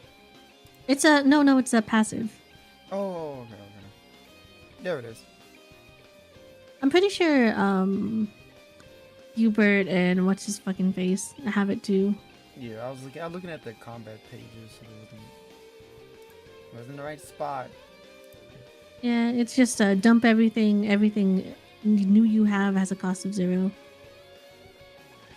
So I think the best way to translate that in terms of D&D is just getting free action. Maybe free actions. Actions plural? Plural? Oh, Jesus. You can cast one of the following as a free action. Bless. Bless. Bless. Crusader's Mantle. What's something else you can cast and just, leave alone? What if it's like... I don't know. Because, like, your character has something similar to that. But it's like a much later level of ability. It's like level... It's literally your last ability you get. Is that... Well, it's different. Because you have to... Fuck, I got hiccups now. Fuck me. No. Use the straw, Malty. I'm not doing it. You have to pretty much get rid of cards in order to cast a spell. And for you, those cards don't come back until a long rest. I'm finding paths, alright. Some might call me a pathfinder. Yeah? Yeah. Did that feel good? Did you got to say that? Yeah, it did. I'm grinning ear to ear. This is how Mari must feel. I'm also thinking too. I'm looking at the art you sent me. I noticed 2 things, right? The ears. So you're using, because I looked at it, I'm like, wait a minute, because something threw me off. It was the ears. Yeah. So I'm like, that's not her ears. Like, oh, you're using the rabbit ear, well, the fox ears from the Kitsune art, right? No, those are ears. They're just But they're really like big. long. Yeah, they're long in this one. I used to them being Yeah. like short. I made them long. Oh, you So it's showed more evident that she's a rabbit and, and not a horse. Yeah, that's what I think. The rise of Uma Musume has gotten me mistaken as a horse way too often. Okay, I wasn't sure. I thought you did it because of the fox, the Kitsune shit. No. But I'm also, but I was also thinking like, this arc alone, she ain't looking at Arthur like this. That's not happening. No. No, this is my fantasy. This is if things never went bad. You know what? Maybe this is like the end of the arc. You know, at the very end where everything's all peachy and fine, and then whatever. This is when her and Arthur actually make up. Yeah, this is when that happens. Yeah. I'm looking at like, when is this ever? This is never gonna happen. Here's the thing about me, right? Yeah. I want to be the first to sexualize my own character. What the fuck? No one else has. Yeah, that's why I said I want to be the first. You've done it multiple times though. Yeah, and I'll do it again. Okay.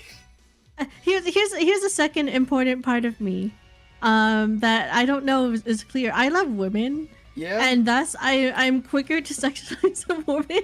Oh, it couldn't be told. It can be told based on, you go to your stream, you really tag lesbian. Like, I don't. Yeah. Sometimes people don't know. I will say, I'm very surprised no one has, any fan or anyone watching or whatever has made, sexual art. 'Cause that's very common. And I thought they would have after a while, but no one did it. I was really No, because surprised. we have the silent protector variant. Yeah. Yeah. Oh, Because anytime someone sexualizes someone in Fate, it's 100% of the time it's variant, and it's about his ass. I don't know. I feel like Mari has talked about Dreamy's titties a lot. Yeah. But in the end of the day, that's just Mari.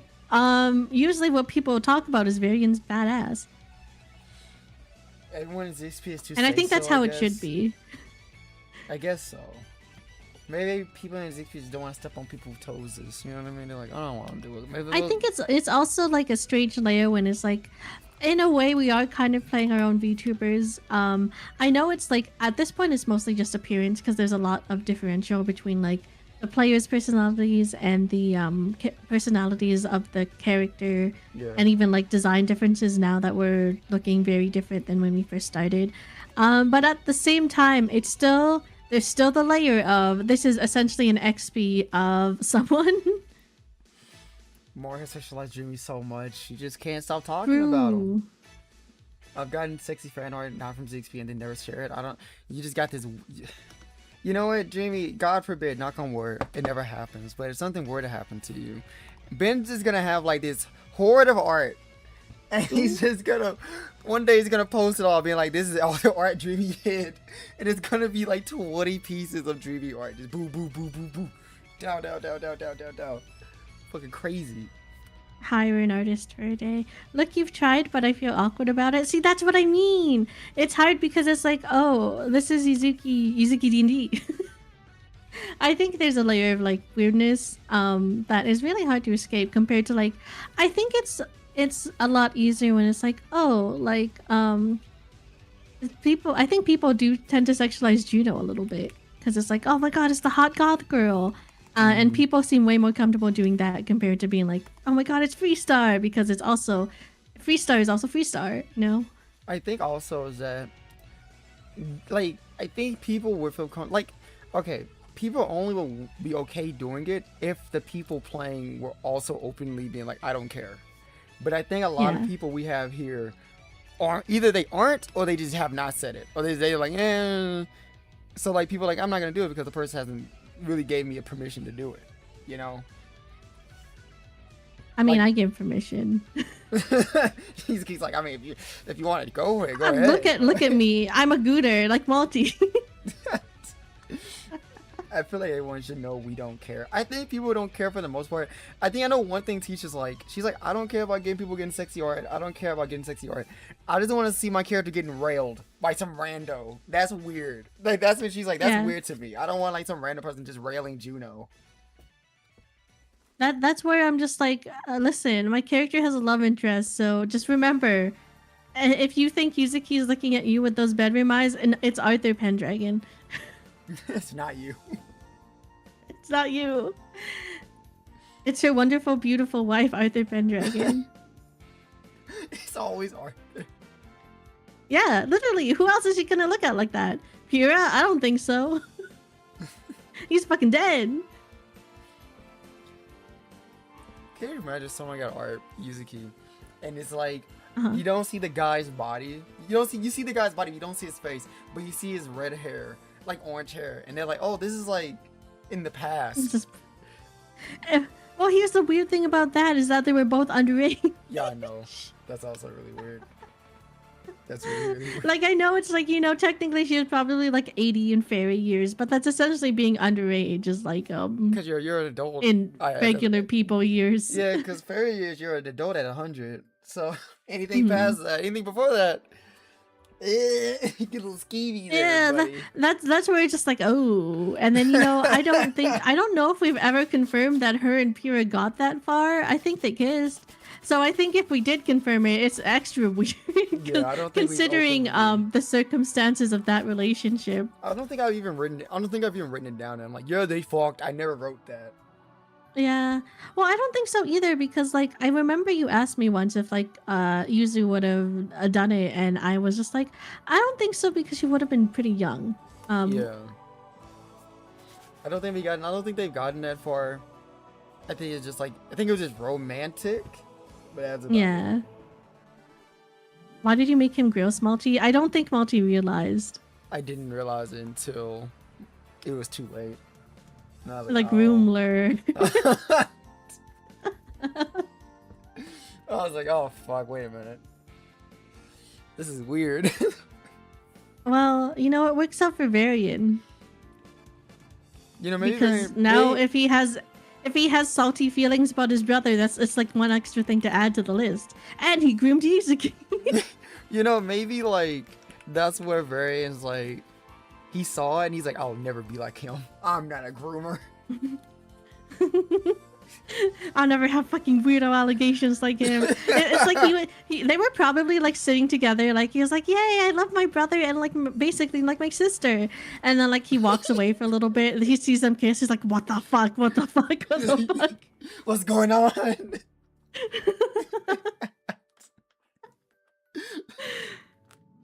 It's like Drew's like, Vera, you should open up to me more. Vera's like, I saw my brother kiss my sister. Yeah, I didn't like it. I don't know why they did that. And Drew's like, okay, I didn't know you. I don't. Okay, like probably not that much. I don't know, Dreamy, what would you say to comfort him in that moment? Because I feel like that's a loaded thing to just drop on someone else.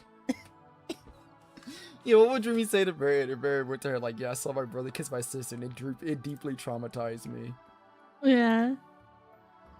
My brother, who was much older, it technically in an authoritative position, Not technically, he was. There was no technically, unfortunately. he was Dreamy sweaty. See, I don't know what you say to someone. I don't know what you can say to someone. It's kind of fucked. It's a little fucked.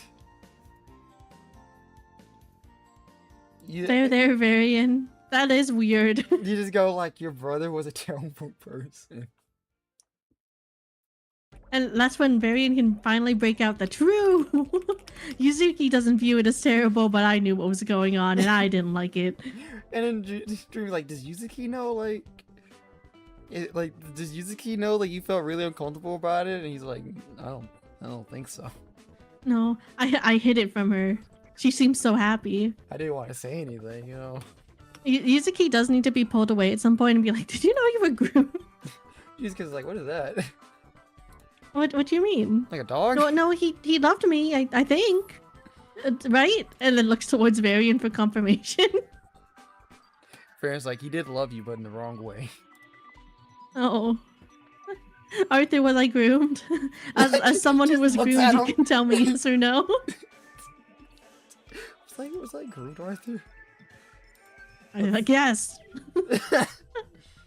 How much older That's why. was he? That's why if we see him ever again, I'm killing him. See, that's the thing with the timeline. So we know Yuzuki was like. Okay, so all you know is Yuzuki was made when she was made. She was like a child, but it's age. It's weird. So she was like born like a childlike, but he didn't like do anything weird until she was like quote unquote an adult. So it wasn't like No, because Malty, here's the worst thing, because I don't know if you realize this. She was found by Pandora before she was an adult. No. Okay, what I mean is that like he didn't do anything weird until she looked like an adult. Adult-like. Yeah. I guess that's the that makes it so much I know. worse. I know it's bad. It's really fucking bad. I didn't think about it. That's so awful. Cause I think Hey, I think my original know. I think my original thought was she was an adult before she left. So my brain's like, okay, it's not weird because she's an adult before she left. But then we had to change the timeline because it wouldn't make sense for certain other things. So it made it so we're like, okay, that means she couldn't have been an adult if we're doing the timeline properly. So it makes it weird. Well, here's the thing. He was, at least at the day of Yuzuki's creation, that meant he was high enough within the Mir clan to be a magister. Right? Yeah. Because we watched the ritual happen. Yeah. So he's really fucking old then, isn't he, Malty? He's not really old. He's like... Okay, how young do you have to be a magister? What's the youngest you can be? Because he would have to be that at that point in time, and then they age together. Okay. Okay. At most, he's in his 20s, okay? He's like, let's say like mid-20s, let's say 25. 25 at that point. Yuzuki... And Yuzuki is 0 years old? Okay, but 100 years, not 100. Not, I'll say like, how much long we say? Did we even put a date on how many years passed between... We did. We said it was 60 years when she was first found. In my notes here, it was 60 years when she was found by Pandora. Okay, that means 60 years later. That's like almost a... Okay, that's like what? 100 means you're 18. You're pretty much like 18. Mm-hmm. So then I'll say like... And Yuzuki's 127 right now. So that means... Which I mean like 16? Technically? Or some shit like that? Around that? If it's 60? Because like... Well, that's 40, right? So, because like 60 plus 40 is 100. Yeah, okay, hang on here. Let me do the cross multiply thing. So 60 out of 100 is X to 18, right? Okay, yeah. So 60 times 18 divided by 100. She would have been 10 years old. No, no.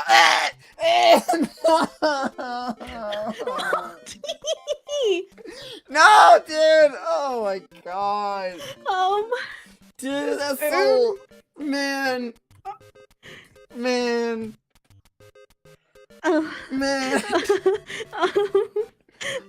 This is so ass. Like, this is so fucking ass, dog. Ugh. I feel like Lisa Simpson.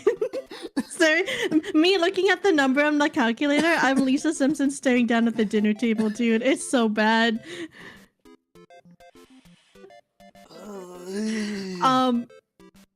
Brother, ew. Holy shit. Oh my god, I didn't know it was this bad. I figured it was at least like, in my mind, it's like 14. You know what? At 14, 10. I'm just 10 years fucking old. I'm just thinking, it's like, brother. He probably was. I'm fucking doing that right now. Brother. Do no wonder he's traumatized. He saw this, didn't like it, was probably gonna talk to Pierre about it, and then everything else happened. Watched his family die. Oh my god, dude, why? Why is? Oh my god, it wasn't supposed to be like. You're asking me why, as if It you're not wasn't the one who supposed wrote the like, it backstory. wasn't supposed to be like this. It wasn't supposed to be like this. You think I sat there 3 years ago, and be like, you know what? I'm gonna write not only grooming but pedophilia. You know, I'm burning into this paper, bro. It's some hot shit. Like, what the fuck? Oh, you were burning something, all right. Pyrrha's burning in fucking hell. Oh my god. He's supposed to...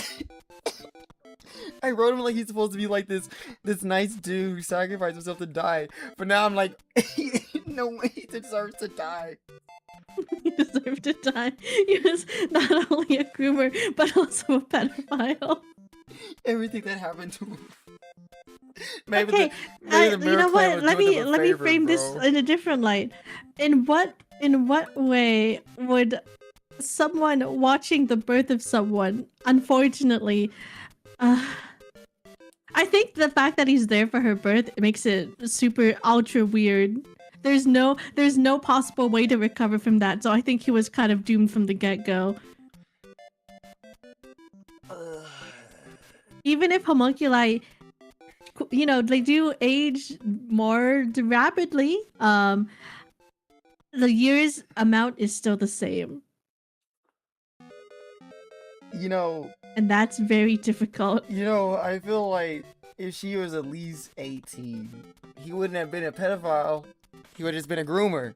It's still bad, but that's... He would have just been a groomer. It's great.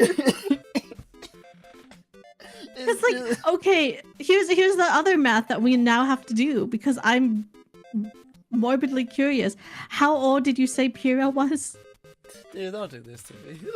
Like, he's in his 30s, right? He's in his fucking like late, maybe like mid to late 30s. If he was in his 30s when Yuzuki was born? No, he was in his 20s. I said he like his mid 20s. Okay, so he was in his mid 20s. So then we have to add at least 60 years to that. So, oh god, no, it's at least a 60-year age difference. It has to be. Which is a 10-year age difference in human years. Yeah, it'd be 10 years age difference. Damn. That's crazy. Thanks, Malty, for making a pedo. Kill! Fuck oh, you, fuck. dude. I hate all of this. I hate that, like, it retroactively became a pedophile situation. Retroactively. Okay, here. What if we say, you know, I feel like what if we change it to Yuzuki left at 80? Let's convert 80 years. Okay, right? Would it still not fucking matter? Because she's still not 100. Yeah, it still wouldn't matter. No matter what, unless she's 100, it doesn't matter. Yeah. Okay, but you know what? Let's see how many years difference. She would have been 14. That's not... What? It's not that much better. You know, it really changes the light of that love letter that she was found with, huh? Went from aw to oh. It's perfect. You know, maybe she can confide in Arthur, as both of them were groomed when they were kids. I did realize. At least she had a good life with Pandora, yeah. It's true. Yeah, she did have a good life with Pandora. She probably she couldn't have opened up to Pandora about it, because she wouldn't have remembered. Yuzuki, wasn't it good you forgot things? Maybe don't think about Pyrrha too much. Maybe the Mirror Clan was doing everyone a service. They're like, we found a pedophile in our fucking group. So you think Varian knows his brothers are girls? I think there was already I think Varian already was feeling a way about Pyrrha, and this only makes the way he feels about him probably worse. Oh my god. Because, like, if I were Varian, right, and my brother got everyone killed in my family for being both selfless and selfish at the same time, I would feel a way. Yeah. And then I have to atone for his sins? You know, you can't hear the music, but this is how I'm, like, what the music's playing right now is how I'm feeling in my mind. It's just like... Like, what song is up? It's just some panic ass music. Well, this is hang on. Where's the Lisa Simpson at the dinner table? That's how I'm feeling. This is fuck. The more you know. That's so bad. My God. That's so bad. Here. This is how I feel. All these revelations I'm getting today. This is supposed to be a fun stream about working on Project Moon. How did we get here? I don't know, dude. Oh my God. Jesus Christ. Well, so it's a good thing Pierre's dead, right? I kind of wish. Uh-huh. It's like I didn't think about it, right? I didn't think about it, but now it's like, oh my. He could have been just a groomer. Now it's worse. You know, no. Anything I could possibly say it's over. makes it worse. It's so over. I'm just not gonna say anything else. It's so over. Hi Nabu, bro. what's Is it up? like one of those fun facts? Like you share on icebreakers, like accidentally. Yeah. Fun fact, my accidentally D&D groomed character a got minor. groomed when she was 10. Yeah. I think that's perfect. It's like no matter what action he did, it's just like there is no caveat to anything. Because I was like, oh, at least he didn't fuck her. But it's like that still is like, it doesn't matter. It doesn't matter. He was probably thinking about it, weirdo.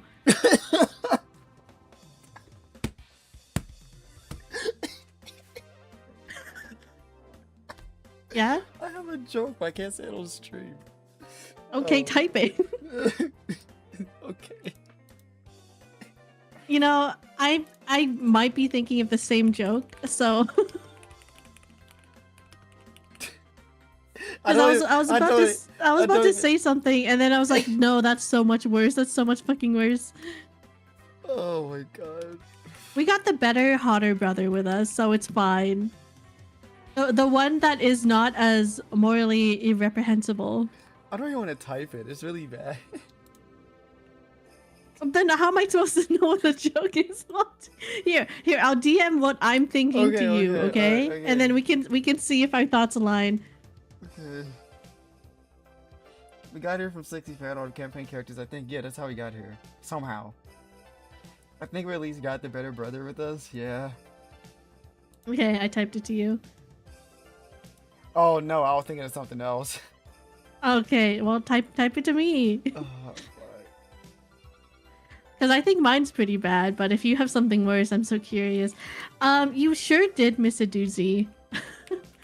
Of course, Jamie, I don't think you're biased. And the thing is, even if you are biased, we're dealing with a relatively normal guy versus a pedophile and a groomer. So, like, I think no matter what kind of bias, if you're siding with the other guy, you're automatically in the wrong. oh my god. Multi was hiding. So I think Multi was hiding this information from himself because we didn't think of the gravity of the situation until we sat and did the math. You think I thought this? You think I said that though? Like, oh, I'm gonna hide this. I'm No, gonna write. because I know in the back of your mind, you were probably just being like, yeah, you know, maybe he did some like morally gray stuff, but he's part of the Miu clan, so that makes sense. But this is pretty bad. Also for Tisha, for context, we were calculating how bad the age difference was between Yuzuki and Pyrrha and when he would have like gotten romantically involved with her. And it turns out it would have been at maximum 10 years old. Because 10 years old is when she was found by the King's Clan. It's pretty rough. Brother. Brother, ew. That's Varian. Weird that he raised her, but also was like. Yeah, we're like, he was doomed to be a groomer no matter what because he was there to witness her birth in a way, her creation. So he was always gonna automatically be a groomer, but adding pedophile on top is a lot. Oh. And my friends read a romance book where the author forgot the two characters who got together in the end were written as mother and son at the beginning and was never brought up again. Ew. Oh no. I feel like that's a very important thing to just forget. So, you know, maybe we don't have to feel as bad about the whole having to kill Pyrrha twice thing, you know? Alright, this is what I was thinking, but a much more less raunchy take. Well, raunchy way of saying it. But this is what I was thinking when you said that you called him a fucking freak, you like he's fucking freak. Yeah. See, don't worry. I was thinking that too. It's really good that we didn't find him alive, because imagine there was a timeline where we didn't have the head of Cote Vaughn handy, so we found him alive, and I would have had to look face to face with my pedophile groomer. With Yuzuki, who still does not know there was anything wrong with that. Dude, I didn't want to make a campaign with pedophilia. Well... You did. Like, this is, you've always wanted to. No, fuck you. No, don't say that. Fuck you. Dude. Don't say that. You can hear Monty holding his head in his hands. This is just so bad. This is you, Monty, right now. It's the chin yeah, chair. dude, literally, yeah. When you said 10, I was like, oh, it's over. It's so over. It's bro. over. It's Freaking over. Bro. Oh. This is how Arthur feels when Yuzuki tells him the story. You tell Arthur the story, he's like, oh man, it all makes sense. Fuck. Yuzuki, we need to have a long talk. Are you okay? Is everything okay? No. No. It's not okay. It's not okay. And you know what? If you think about it, this helps Arthur and Yuzuki a little bit, because Arthur's age difference between Yuzuki is not as bad. He's gonna go to work with this knowledge. Yeah, I am. Yeah. Yeah, True. I'm taking that long ass drive to work just thinking.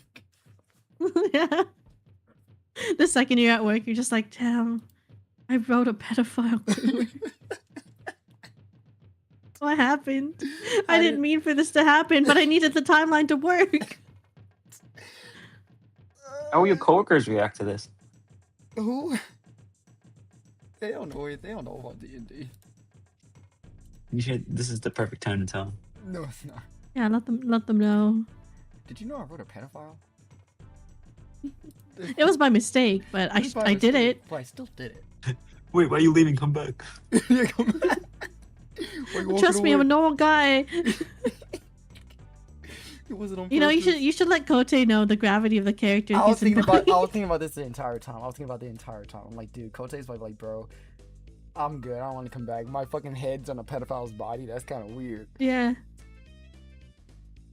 Ugh. Yeah.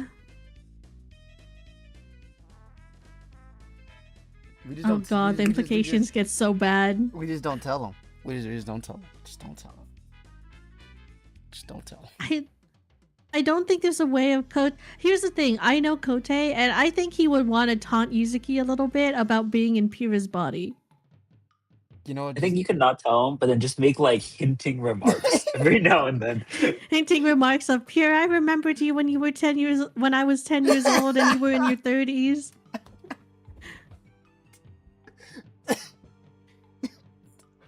That's not even a hinting remark. That's you just straight up saying, I remember you were a pedophile. Like, I remember when you were a pedophile, Kote Vaughn. Fuck. Okay. Yeah, okay. You know what? Here, let's... There is nothing. Yeah? There is nothing you can say, dude. There is literally nothing, but I can make it worse. So let me do some Why? quick maths again. 18 times 180. Bye, Nabu. Bye, Nabu. Why are you making it worse? Okay, so I'm doing the human age difference between the two. Here we go. Here we fucking go. Okay, so at the time of their separation, when Yuzuki was 10 years old, Pyrrha was 32. Why? Stop, bro! Just stop, man. That's enough Oh math for my- today. This is why I don't like math. I find out answers that I never wanted to. Oh my god. Um. Yeah. Yeah, man. This is kind of shit. Um. Well. Well. Our age system is very weird. But the problem with our age system being weird is Pure is also a fairy. So they don't really have like they would be on an equal playing field. Yeah, so it's like It would be different if it was like a human, I think. But because Pure is also a fairy and Yuzuki is counted as a fairy, because 100 equals 18, but then every regular following year is like regular year. I could do that kind of math. Okay, let's see. That's not gonna help. It's not gonna help. He's still gonna be very old. Way old. Comparatively. It doesn't matter.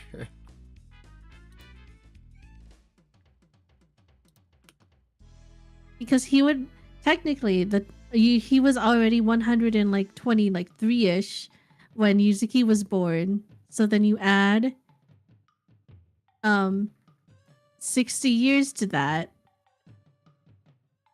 And if it's 100 is 18 and then 23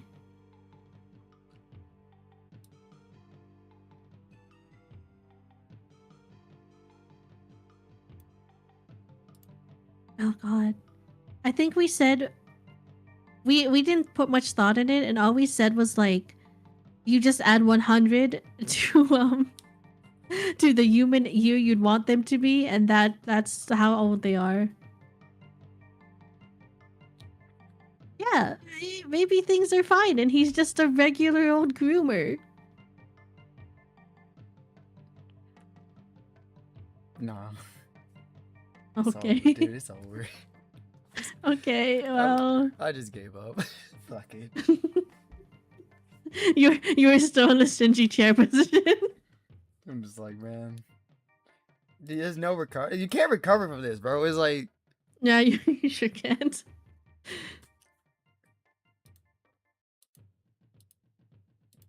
Even if I did the math differently, I think he still would have been Yuzuki still would have been like at most a preteen, which is pretty bad.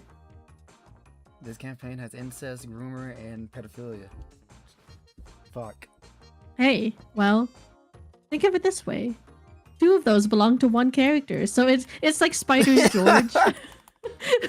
One guy is just really ruining our statistics. He's the guy that's eating all the spiders in this game. His grave's already dug. I'm not even gonna sit here and like gonna try attempt to change it. Yeah, I'm not even gonna try to attempt to change it. I'm not gonna try to dig the grave deeper and just cope about it. Like, nah, it's just bad. It's just bad. It's bad. It's bad and gross. Fate can be fucked up. I mean, yeah, Fate is fucked up. Like, Fate is fucked up. Like, there's Arturo having a dick for some weird reason. Shiro, he hooks up with a lot of older women. There's lollies all over the fucking place. There's incest all over the fucking place. Yeah. There's cuckoldry all over the fucking place. That's Nasu. I could have done better, but I'm following in Natsu's footsteps, I see. You're following in his weird, strange footsteps. That is related. So Melty Blood is from Tsukihime, which is supposedly now set in the same universe. It's also a grape in And then that. you can see my beloved wife, Kohaku, who I love dearly. She's my wife and also me. There's even more weird stuff in that game than it is in Fate, like Shinji. You haven't even got into the weird stuff yet. I know, but it's just really weird. Shiki saying he'd rape someone if they don't take him somewhere. Really me when I'm weird. bleeding out and dying. What's wrong with him? God. It's really weird. you know, at least you didn't write Pyrrha to be like a protagonist. So that's good. At least he's dead. At least he's fucking dead, and like, and here's the thing: this never really has to be. Well, unfortunately, it probably has the potential to be addressed in campaign, but it's not going to be painted in a positive light. Like, and I think that's what matters more, is because you can still have people. And maybe this is something that I've just seen a lot recently. People need to realize that characters can do bad things, but it is not a reflection of anyone else's views or beliefs. It's like, oh, this person was written to do a bad thing. Yeah. I like how you're like, yeah, but you're like, but I didn't want to do it. Yes, I'm like, yeah, you know what you're saying makes sense, but god fucking damn it. But I didn't want it to be me. I'm gonna come home and shit a fucking kid's beating up a chair. He's haunted, okay? For some reason, Malty made him haunted. I had to let him do, you know, something happened to him. It's we played through the game and you were like, damn.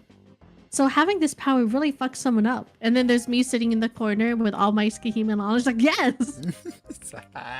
Yes, it does make someone fucked up. Well, you know. Mm-hmm. I still think back to me initially reacting to him using the eyes on Freestar and me being like, what the fuck? And you being like, what? What's wrong? And then I think it took you playing the game to realize, oh, this kills. Oh, this is really bad. This is really strong and really bad. Me when I'm sparring someone and they decide to break out a gun. Damn, she's beat my ass. Pulls out the gun. Block this. Oh my god. Malty, remind me next time you get a emote so I can get one for Kian. True. We get one Kian next. You know, next time you get emotes, I'll pay you to get the bong bong one I want. Dude, my brain is so fucking fried right now. When you said that, I think I'm gonna tell me next time you get, I want you to get a Pyrrha one. I'm like, why? Why? Yeah, and it's just a gravestone that says "Rip pedophile." It's just like fucking Arthur and Kid. No, Arthur and Barry both do like the peace sign in front of his grave. Yeah. Can we get that as art? I'll put that on an art takeover request. Arthur doing the peace sign, Varian like kicking his gravestone. Oh. I'm interested to know what Pyrrha looks like. I mean, I have a headcanon. I don't know if it's canon. Malty says he has a general idea, but I think even more than before, he does not want to get a pedophile groomer drawn. No. So what's he look like? Does he look like my Evo manifestations have made him? You know, unironically, I thought about it the other day. Pyrrha looks like... He looks very similar to Digimon Variant. He would have looked very similar to that. Just like different glasses. Looked a little bit older. So here's the thing. He does look like the character I was thinking of, so just putting that out there. Oh yeah, did he? Yeah. Who were you thinking? Do you want a side by side? Do you remember what he looks like? No. Here's Perseus. Oh, oh, from like Fate. Yeah, from Prototype. Let me see him. I remember what he looks like. I want to give a reminder. Okay. Where is such in chat? So there's him, and I'll put a side by side of just Digimon Variant, and you can.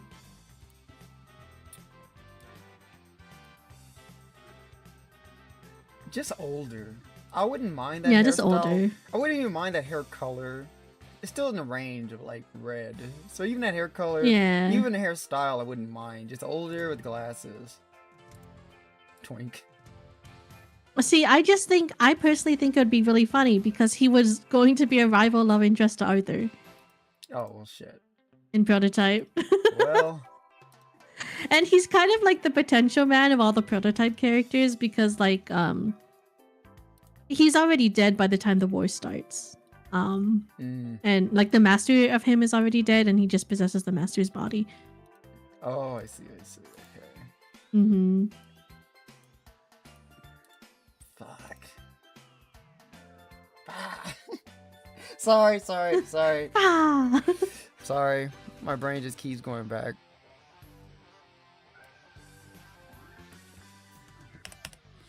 Yeah. Shit. This is him to Yuzuki if you think about it.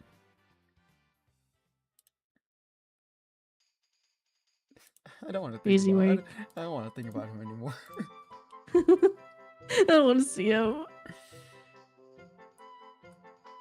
If you think it's okay if you think about it in Prototype, Arthur has to kill this man. Dude, what am I supposed to tell fucking... What am I supposed to tell Kote, bro? What do I tell Kote? The fuck do I tell I mean, him? you can just... the thing is, I think if you tell Kote anything in any capacity, he's gonna work it out himself. So I think you just have to tell him upfront, hey, so like, due to some fucking timeline stuff, this character was, you know, made to at least to be this, but it turns out because of the timeline, he is also now this. And then Kote's gonna look at that and then be like, so... I'm playing a pedophile. I'm like, no! You're not. You're playing yourself. You're just in the body of a pedophile now. So technically... So technically, you didn't do anything. But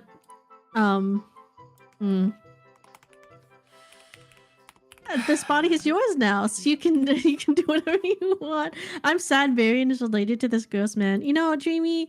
Unfortunately, I feared this might have just added to Varian's reluctance towards romance. He was traumatized by watching his brother do this to his sister.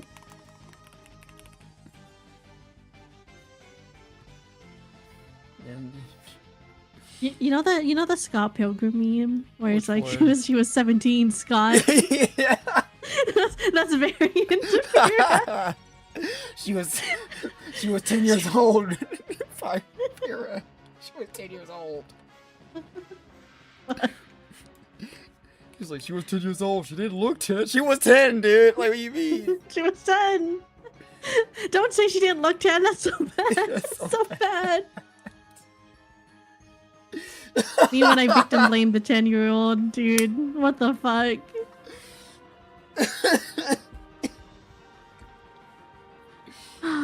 Well, you know what? He's now safely and fully a villain. And in a villain's hands, so we will feel no remorse. Zero remorse killing him for good. Okay? It's fine. It was a triple threat. Oh my god. Oh. It's a triple threat. It wasn't meant to be. He was just a guy. He was supposed to be a guy, dude. He's supposed to be just a fucking guy. Like, fuck. Oh my god. I hate this so. You have no idea how much like this actually bothers me. I'm like, fuck. I was trying to think of ways to fix it, but I don't think you can. He's always at least going to be a groomer, and he's always, unfortunately, always at least going to have to be a pedophile.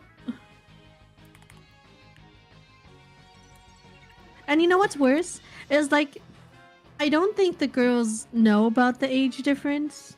No. Because Yuzuki probably didn't describe it in full detail when it happened, because she was so like freaked out after seeing like her true past. So everyone probably looked at the love letters like, oh, she lost someone really important to her. And it's like, oh, fuck. I think she would confide to very few people about it because it's like, you know, it's hard because it's like eventually she's gonna have to face the fact that she will have to finish the job on someone that she loved dearly, and then someone's gonna have to chime in and be like, hey, so that wasn't love. You were 10. That's not love. That's not what love is. Okay. Oh my god. Arthur, help. How did you get over it? He didn't. You didn't. You know he fucking didn't. I know. That's why he still feels a way about. You know, she's not Morgan, but I'm sure if Morgan was around, he would definitely be very upset, mad, angry, pissed off, want to kill her. So You know, a lot of things. A lot of things. oh, yeah, yeah. He didn't even like seeing Merlin, so. You know, Yuzuki, good talk. Uh-huh. Thanks for. So this is really rough, but I did look at the time. Yeah, I know. That's why I'm like, fuck. Mhm. We gotta leave off on this. This how we leave? Do you know where we can leave off on? What? I don't know, man. I can't wait till a session on Saturday where we have a special solo session for Curse of Strahd. Yippee! And then we have more Fate on Sunday. And then after that, you can take it from here, Malty. You can explain the hiatus. What Because I guess this is technically your first stream since yeah. announcing it on Discord. So anyone who is not in our Discord and those on YouTube, we're going on hiatus after this week. After this weekend of sessions of Fate and Curse of Strahd, we're going on a month-long break in July. A lot of people are doing things that month. A lot of people aren't going to be available for D&D streams, so we're just going to end up not doing anything at all. I thought that Asterisk would have been able to like do at least some Curse of Strahd streams, but apparently he's also going to be taking a break. He's going to take this opportunity to take a break, so he won't be doing any Curse of Strahd sessions, so just D&D sessions all around. We're going on a break, unfortunate. But when we come back, first week of July, we're gonna start off with. Oh, hang on. Let's change the month, please. First week of August. Sorry, first week of August. Thank you. We're going to be doing Kingdom Hearts and Lucrative Company, so we will immediately come back. That will be. We're not having a session on the 11th. No, there's no session. Nothing in July. None. Nothing in July. We're not coming back until August 1st. Well, maybe. Actually, I'm not even gonna say that because I'm also getting a new work schedule, so I don't even know what my schedule looks like for a session. So I have to wait until I get that all situated and figured out, and then I can let you guys know when sessions are gonna be. And they may stay on weekends. They might be different days. But I don't know. Will you be having any other streams on the channel leading up to the end of the hiatus? Say yes. I want to say yes. Like, I definitely want to stream next week, maybe during the week or maybe on the weekend, since like we're not having a session. Again, after that, more than likely, again, I just gotta check my work schedule. You know, just how things are for me to even do sessions. Cause like more than likely, I have free time to do it. I just don't know when and how long. When and what? Yeah, exactly. But they won't be D&D related. They're probably gonna be even more homebrew streams. Maybe just us playing like a random fucking game if people are available. Maybe more Runa. Maybe me and Teach can finally start doing Kingdom Hearts again. Maybe I can do Persona again with Sleepy if they're available. You know, whatever we can do. So yeah, just let you guys any updates. These are all the updates we have right now. So thank you guys for coming out. I know we left on a very fucking gross. What a strange note to leave off on. Yeah. So you know, it is what it is. What it is. It is what it is. So let's go and quickly rate off to I guess Mana just started streaming. She's doing the Summer Fest. What is that? The charity stream stuff. Yeah, Gamers Outreach, I believe. Yeah, so go say hi to Mana for us. They're playing a randomizer for Ocarina of Time. If you like that sort of thing, go say hi. She is our artist for Dragon Ball, or thumbnail artist, so say hi to her. And we'll see you guys either if I stream again before Saturday, our next stream is going to be Saturday for Curse of Strahd. So until then, guys, we'll see you guys then. Goodbye. Goodbye.